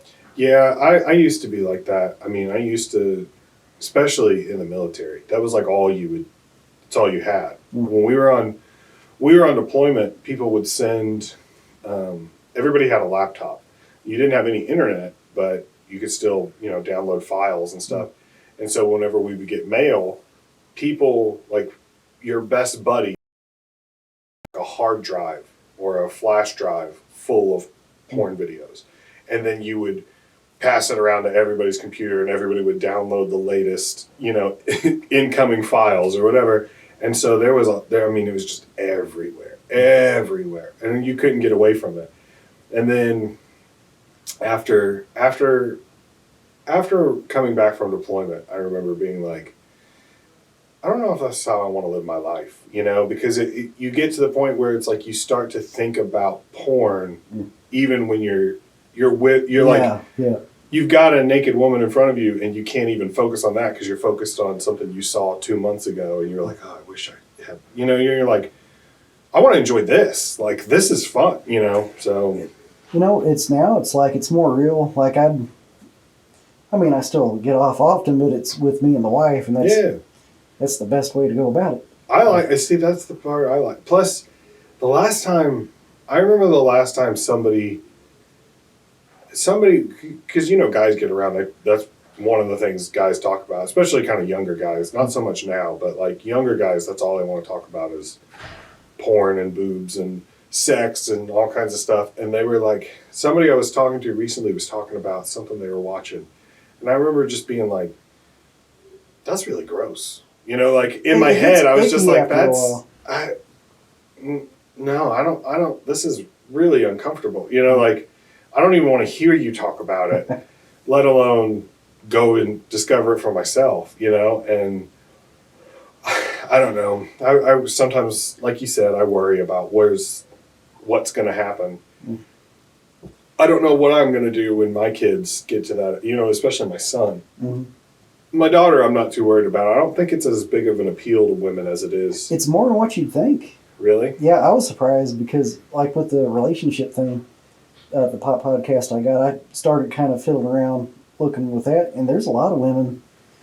And oddly enough, you wouldn't believe this. You know what most women watch? Like by a landslide is lesbian porn. Like by a landslide. Really? Not even close. And I was like, why?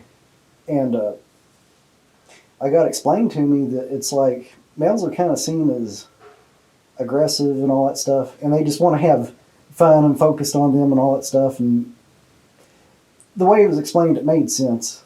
But I looked up different websites and stuff, and it pretty much all said the same thing, that women would just as soon watch lesbian porn than anything because like the straight stuff is too unrealistic. I guess that makes sense. Like, yeah. Women want intimacy and the touchy-feely stuff, and I had to learn to be more like that because, I was raised on porn pretty much, and it's always, grab them by the hair and be all rough and stuff.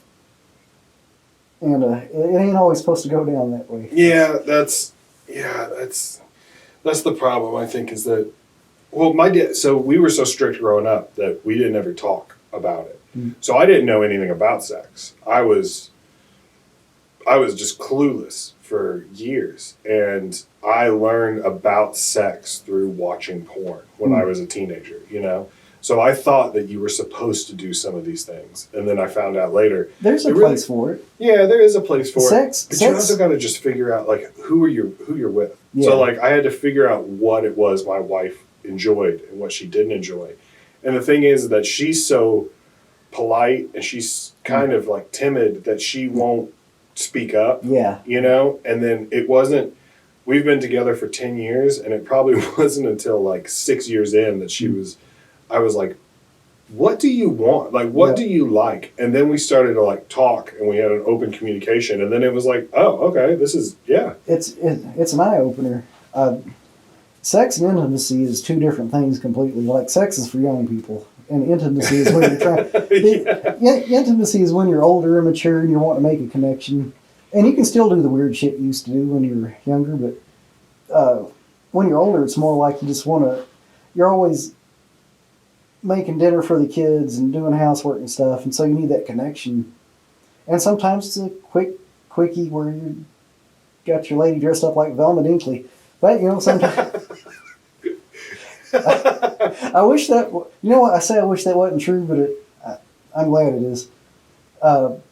Me and the wife delved down some weird rabbit holes, mostly for my benefit.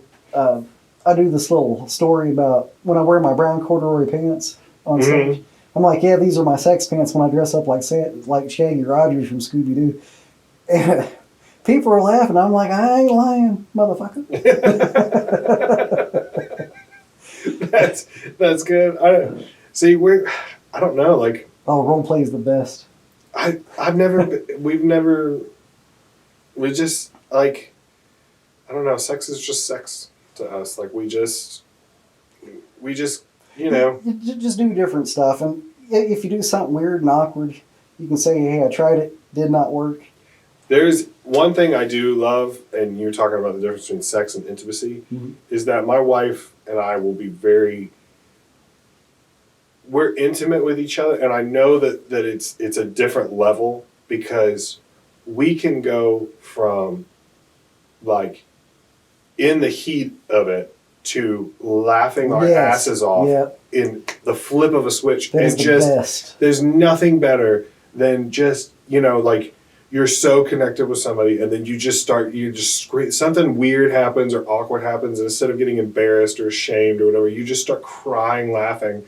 There have been so many times where my wife and I just like, we have to just stop and we're just laying on the bed, like holding our stomachs, laughing so hard, and then immediately right back into, it's just like that to me, that's like, oh, okay, this is better than any role play or whatever. Like I would much rather just bond with you as a person. I mean, there is like, I don't know, I've seen, did you ever watch Modern Family? Very little. Well, the two main, I guess there weren't really main characters, but there was like Phil and Claire. They were the mom and dad of the kids or whatever. They every Valentine's Day they would meet up in a hotel and use different names, and he would try to like pick her up, And I've always wanted to try that. Like if I saw my wife at a bar, could I pick her up? Could I still, do I still have the charm, or would I strike out, Because honestly, I feel like because I've known her so long and she knows me, I feel like I wouldn't be able to pick her up. Like she would just be like, no thanks. Like I think I'd rather sleep alone in this hotel room and not get woken up by a 7-year-old at 8:30 in the morning. What do you do if you meet some girl with the same build as your wife and it's like, oh, you're Claire, huh? Okay, we'll come back to... Then you're getting served divorce papers like 2 months later. You think it's your wife. You're like, I thought it was you. Like that wouldn't hold up in court at all.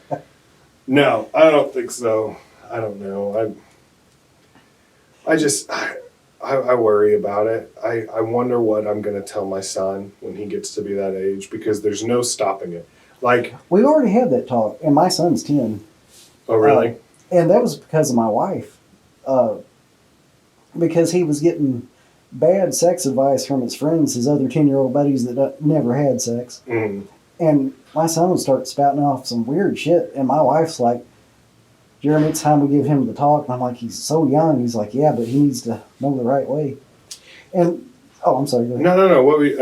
That's a good point. What's the best age to talk to your kids? There ain't one. I think you just kind of have to, you're going to spend your adulthood just winging it. There ain't no right recipe for anything. It just, you shoot for it and hope you're doing right, because being an adult is just winging it and thinking you messed up. Yeah. I'm still waiting on my dad to give me the talk. Like I guess we're just not going to cover that one. My mom did it. I think my mom talked to me about it. I remember exactly where we were in the car. I don't remember how old I was, but I asked her where babies came from. And she was so detailed and graphic with it. I remember dry heaving. Like I can remember, man. We were in Cape. We were at that intersection by Andy's Frozen Custard. Oh, yeah. Okay. King's Highway or whatever it is. And I remember her explaining it to me, and then me just going like, like that, like in the car. And I was like, I don't want to know anymore. I don't want to know anymore, Mom. Please stop. Please stop.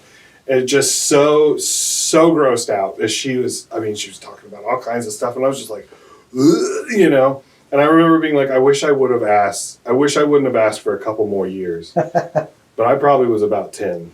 See, that's one of the moments I got in a lot of trouble for not being serious. Because, oh man, I got in trouble. So my wife didn't get into a lot of detail, but just the basics.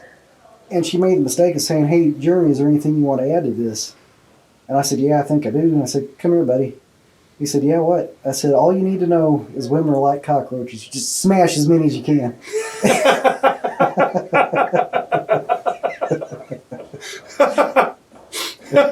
What did he do? What did he say? He looked confused. My wife was pissed. She said, you're done, Jeremy. You just smash as many as you can. Oh, that's a good. That's a good, man. That's a bit now, so. You should, yeah, that should be a bit. That's exactly. I don't know. I don't know what I'm gonna do. I think I might just let my wife handle it. I don't know. That's probably your boy's going to need you eventually. Yeah, especially with my daughter. I don't like. She's in junior high now, so I know she knows because she watches TV shows now they have like. She watches like Criminal Minds, so that's about catching serial killers, and there's always some sexual element to it, like, oh, this guy kills people because his dad touched him as a kid, or like, and then she was telling me, we were listening to a song the other day in the car, and it was talking about, like, I didn't remember this part, but it talked about oral sex in there, and I was like, and I looked at her, and she goes, I hear it all the time at school. And you're just like, that's right. She's in I remember what I was like in junior high, and that was all my friends wanted to talk about. Especially on the school bus. Yeah, the school bus and the halls and the locker room on the football team, everybody was just talking about whose girlfriend did what on the weekends and who did this and blah, blah, blah, and then like, oh yeah, I forgot. No matter how much I shield you from this at home, you're gonna run in, like, it's gonna be in your life. And so I know she knows, or at least she has an idea. And I figure that my son will probably find out from someone and then probably ask me to see if what he's heard is true. It's better than he learned from, I learned from porn. Like, I didn't really get that taught. Mm-hmm. And so I'd get so butthurt that a girl didn't want to be with me. And here I am, like 14, 15, and thinking that women are just automatically nymphomaniacs because you can't order a pizza without the chick trying to, jerk you off. Yeah. And I just thought that's how the world worked. And I'm like, I like pizza. I like getting jerked off.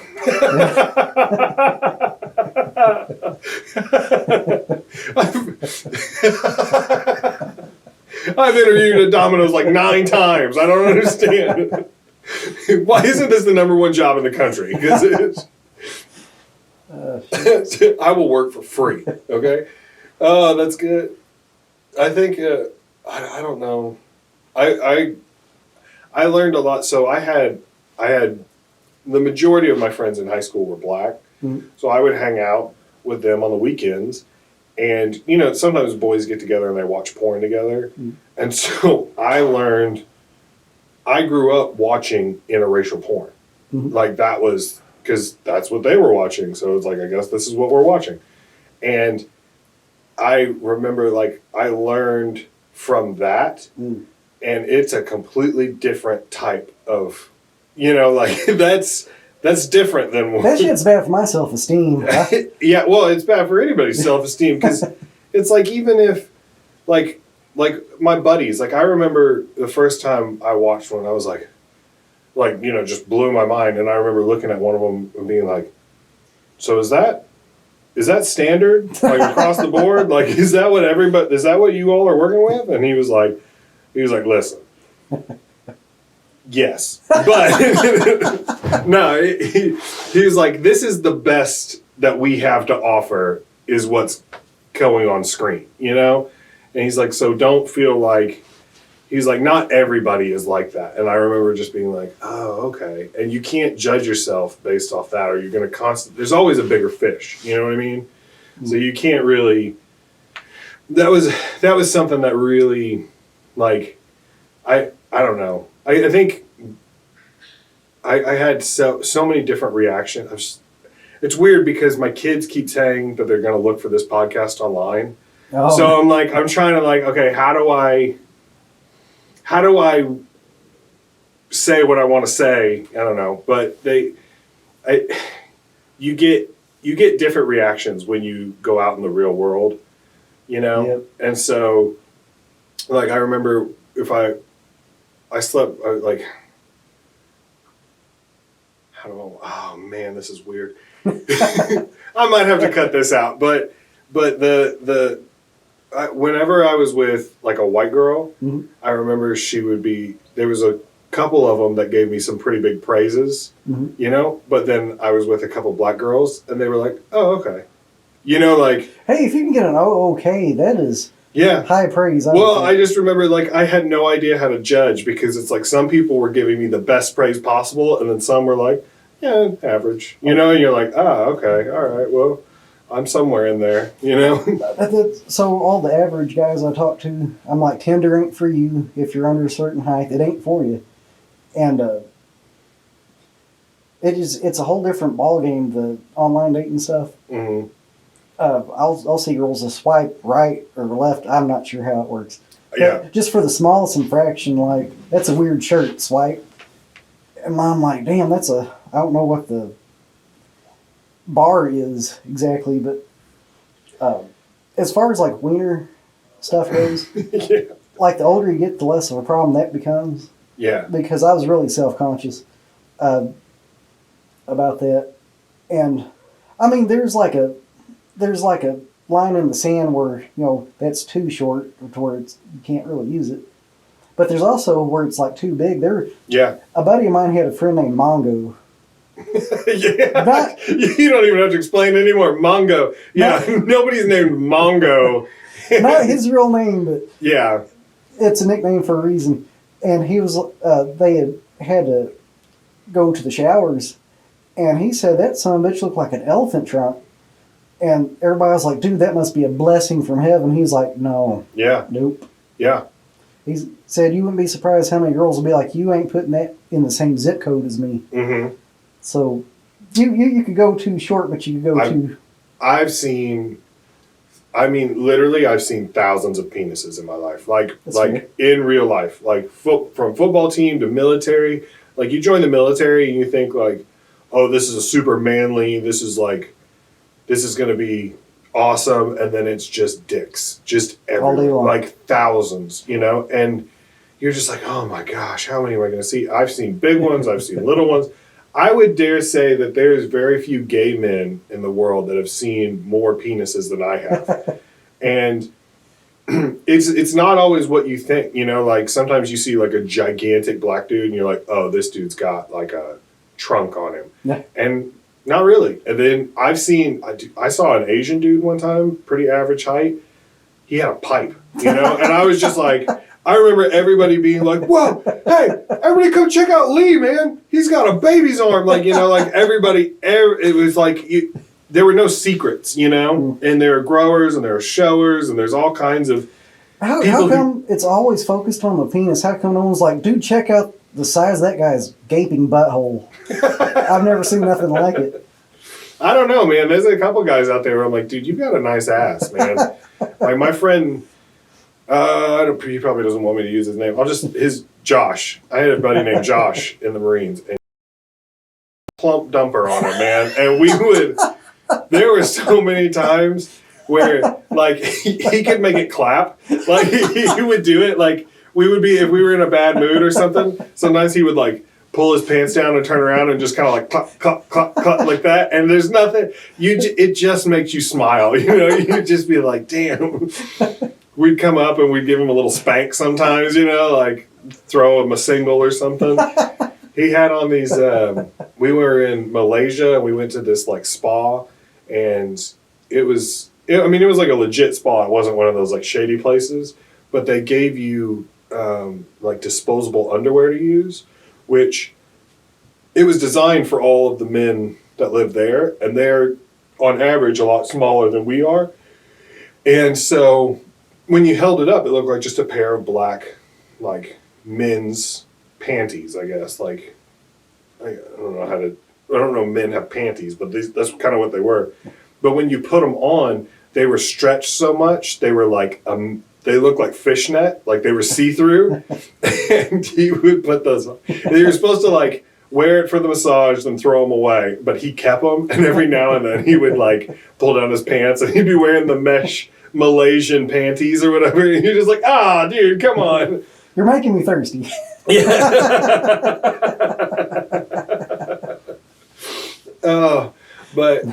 And so I've seen all kinds, and you really can't judge a book by its cover. And I don't know. I don't know how we got on this topic. I don't know where it was going, but I just know that it's like, I think, oh, you're talking about guys with too big. Mm-hmm. There was a guy named Collins. I'll call him Collins. And he, man, that thing, I mean, it scared me. The first time I saw it, I remember just being like, whew, like it made my stomach queasy when I saw it, because I was like, there are dudes like that out there just wrecking women, like, and we are all playing for second right now, like.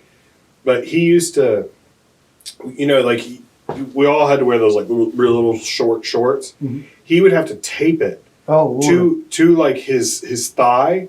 But he would be doing like sit-ups, and the tape would come loose, and it would just like boom, like that, and you would just be stuck because you got to hold his legs to make sure he's, like, and all of a sudden it's just like laying there, like, yeah, exactly, like. And I talked to him about it, and I was like, dude, so what's it like? Is your life just all like butterflies and rainbows and stuff? And he told me.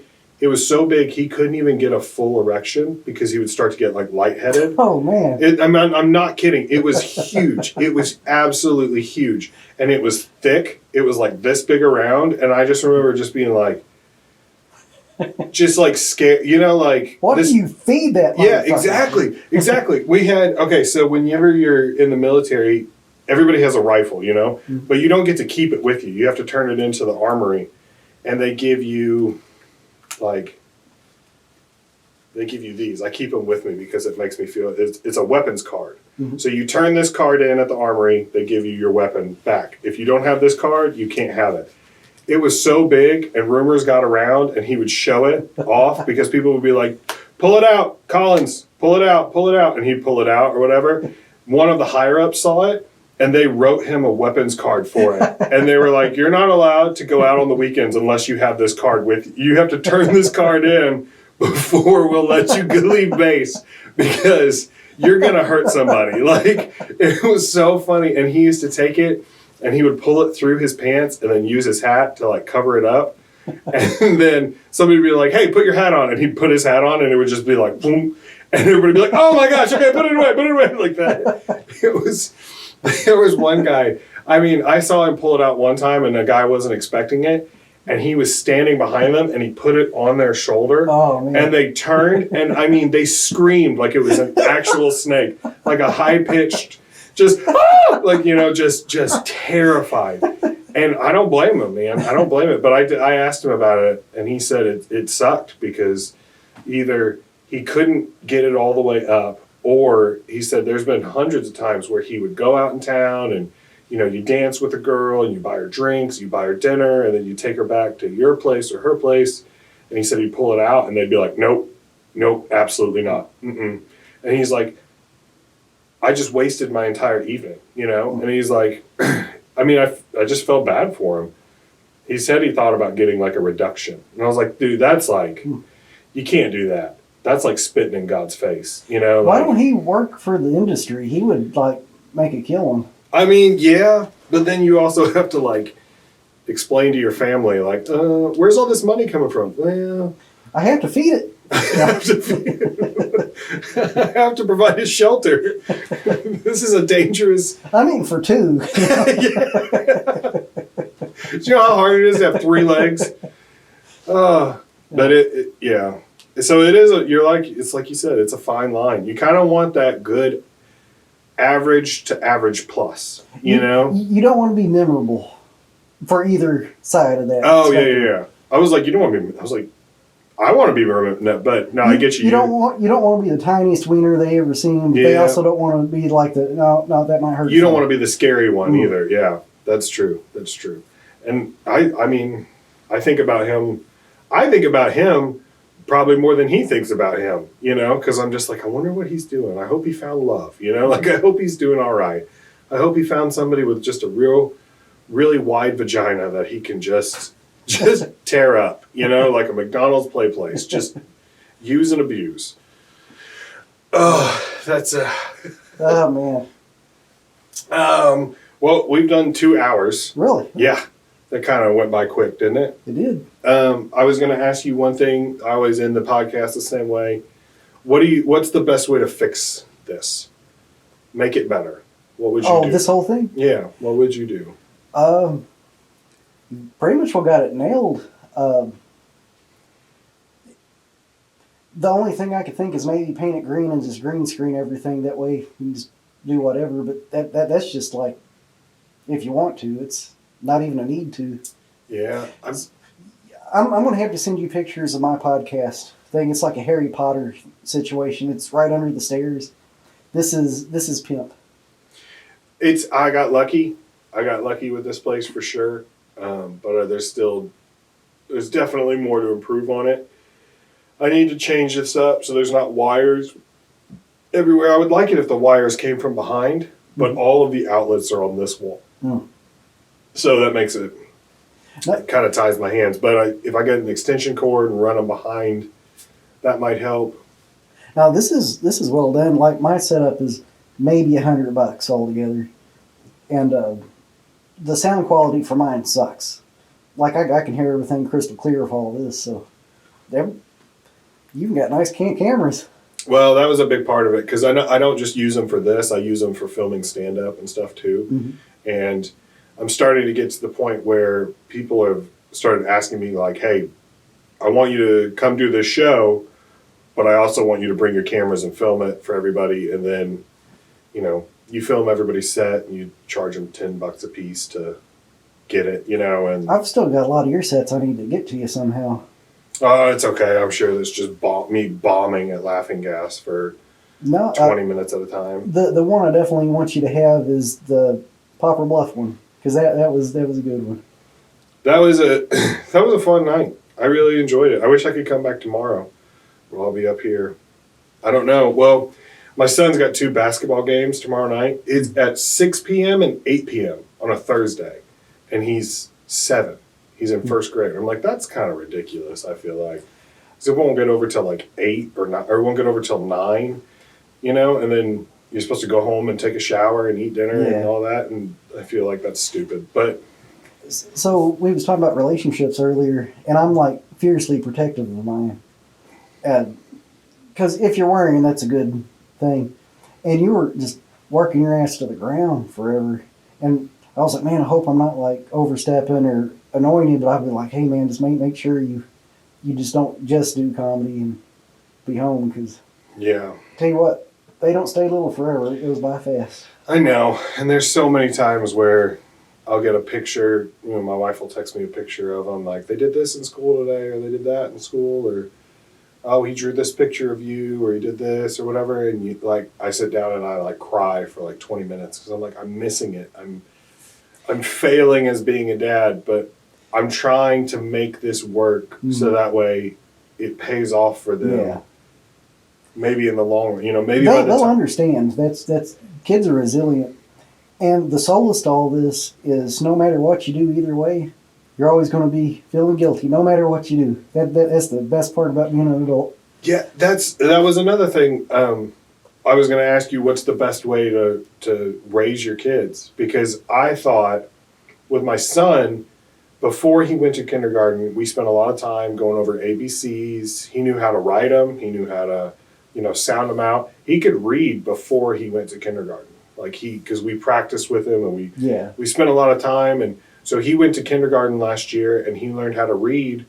And that was awesome. And I thought that I'd really set him up for success. And so a couple months later, I said, buddy, remember when we spent all that time practicing your letters and your ABCs and you learned how to read, and doesn't it feel good to already know this stuff and everybody else is trying to catch up to where you are? Doesn't it feel good to be prepared? And he said, no, I'm lonely.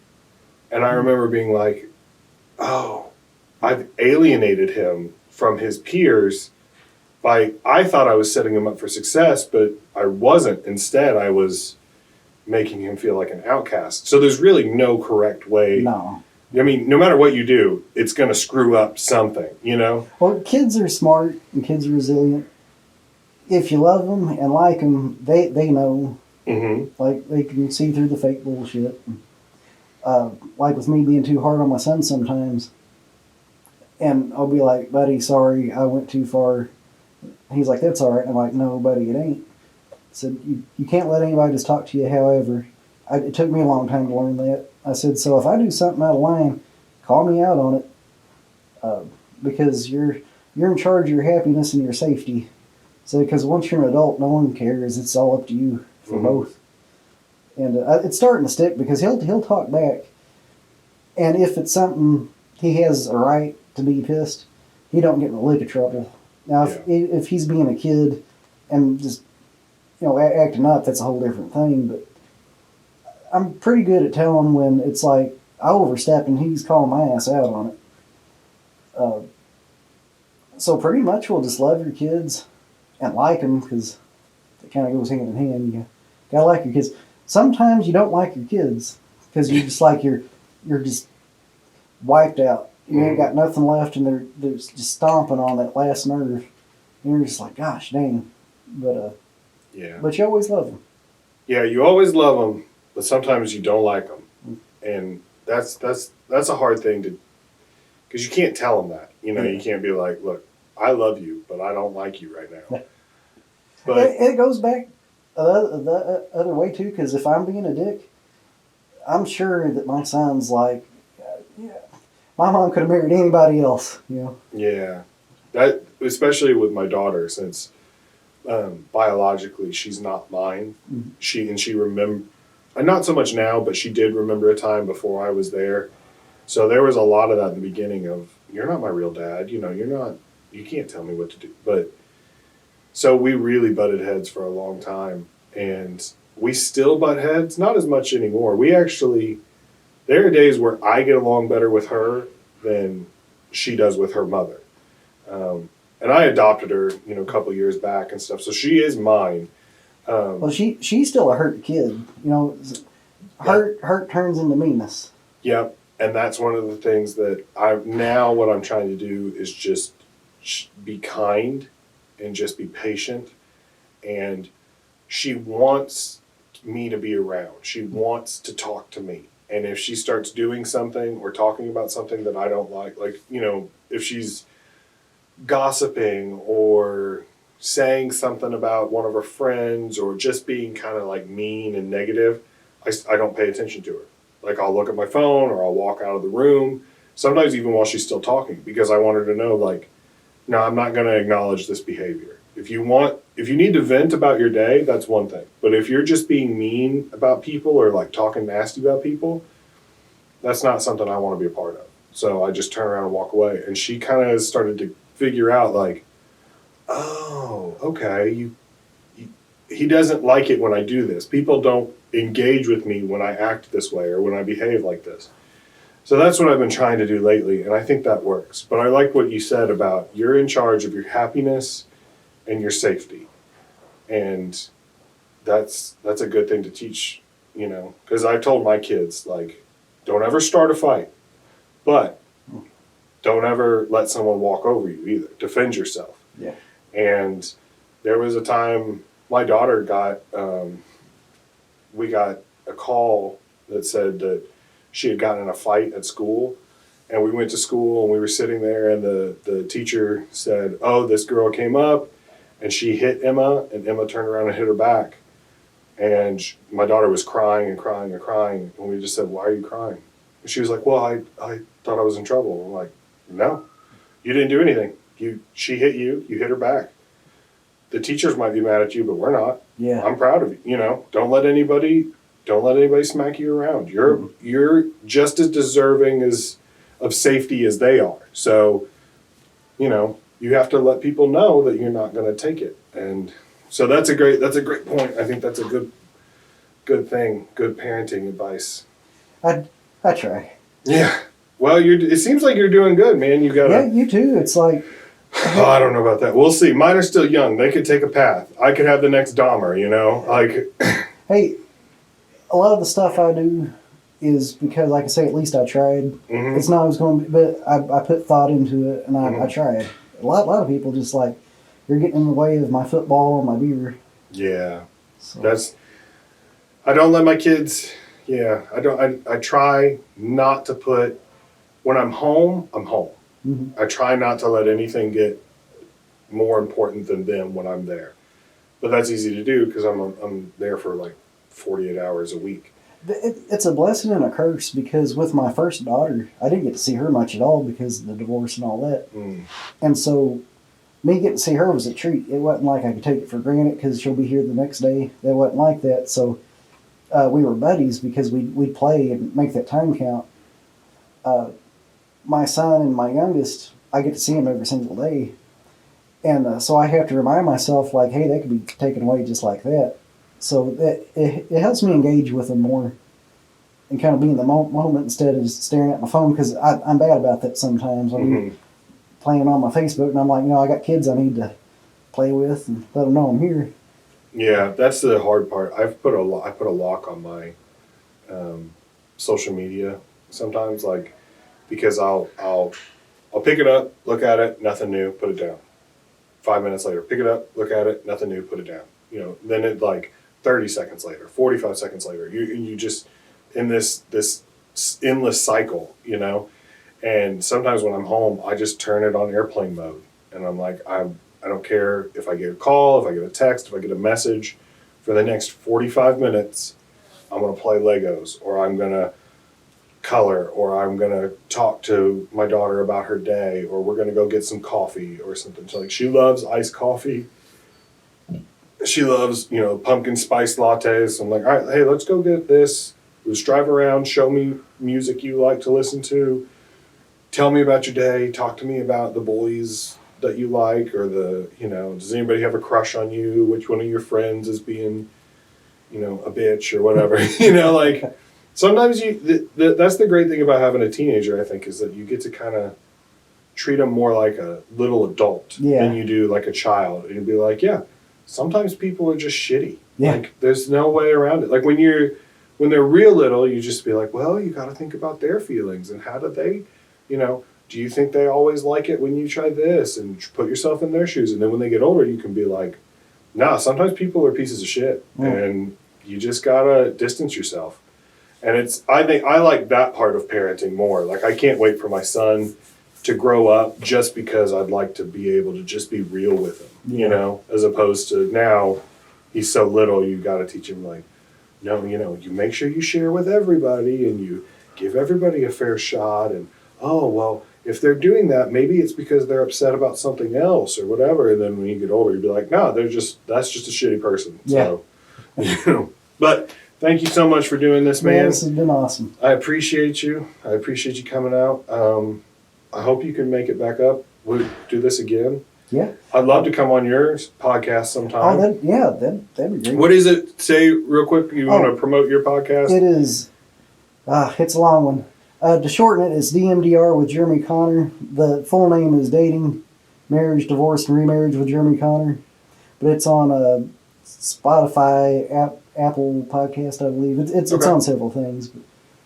But, it's mostly relationship stuff. Well, I've kind of started getting away from the relationship stuff. Yeah.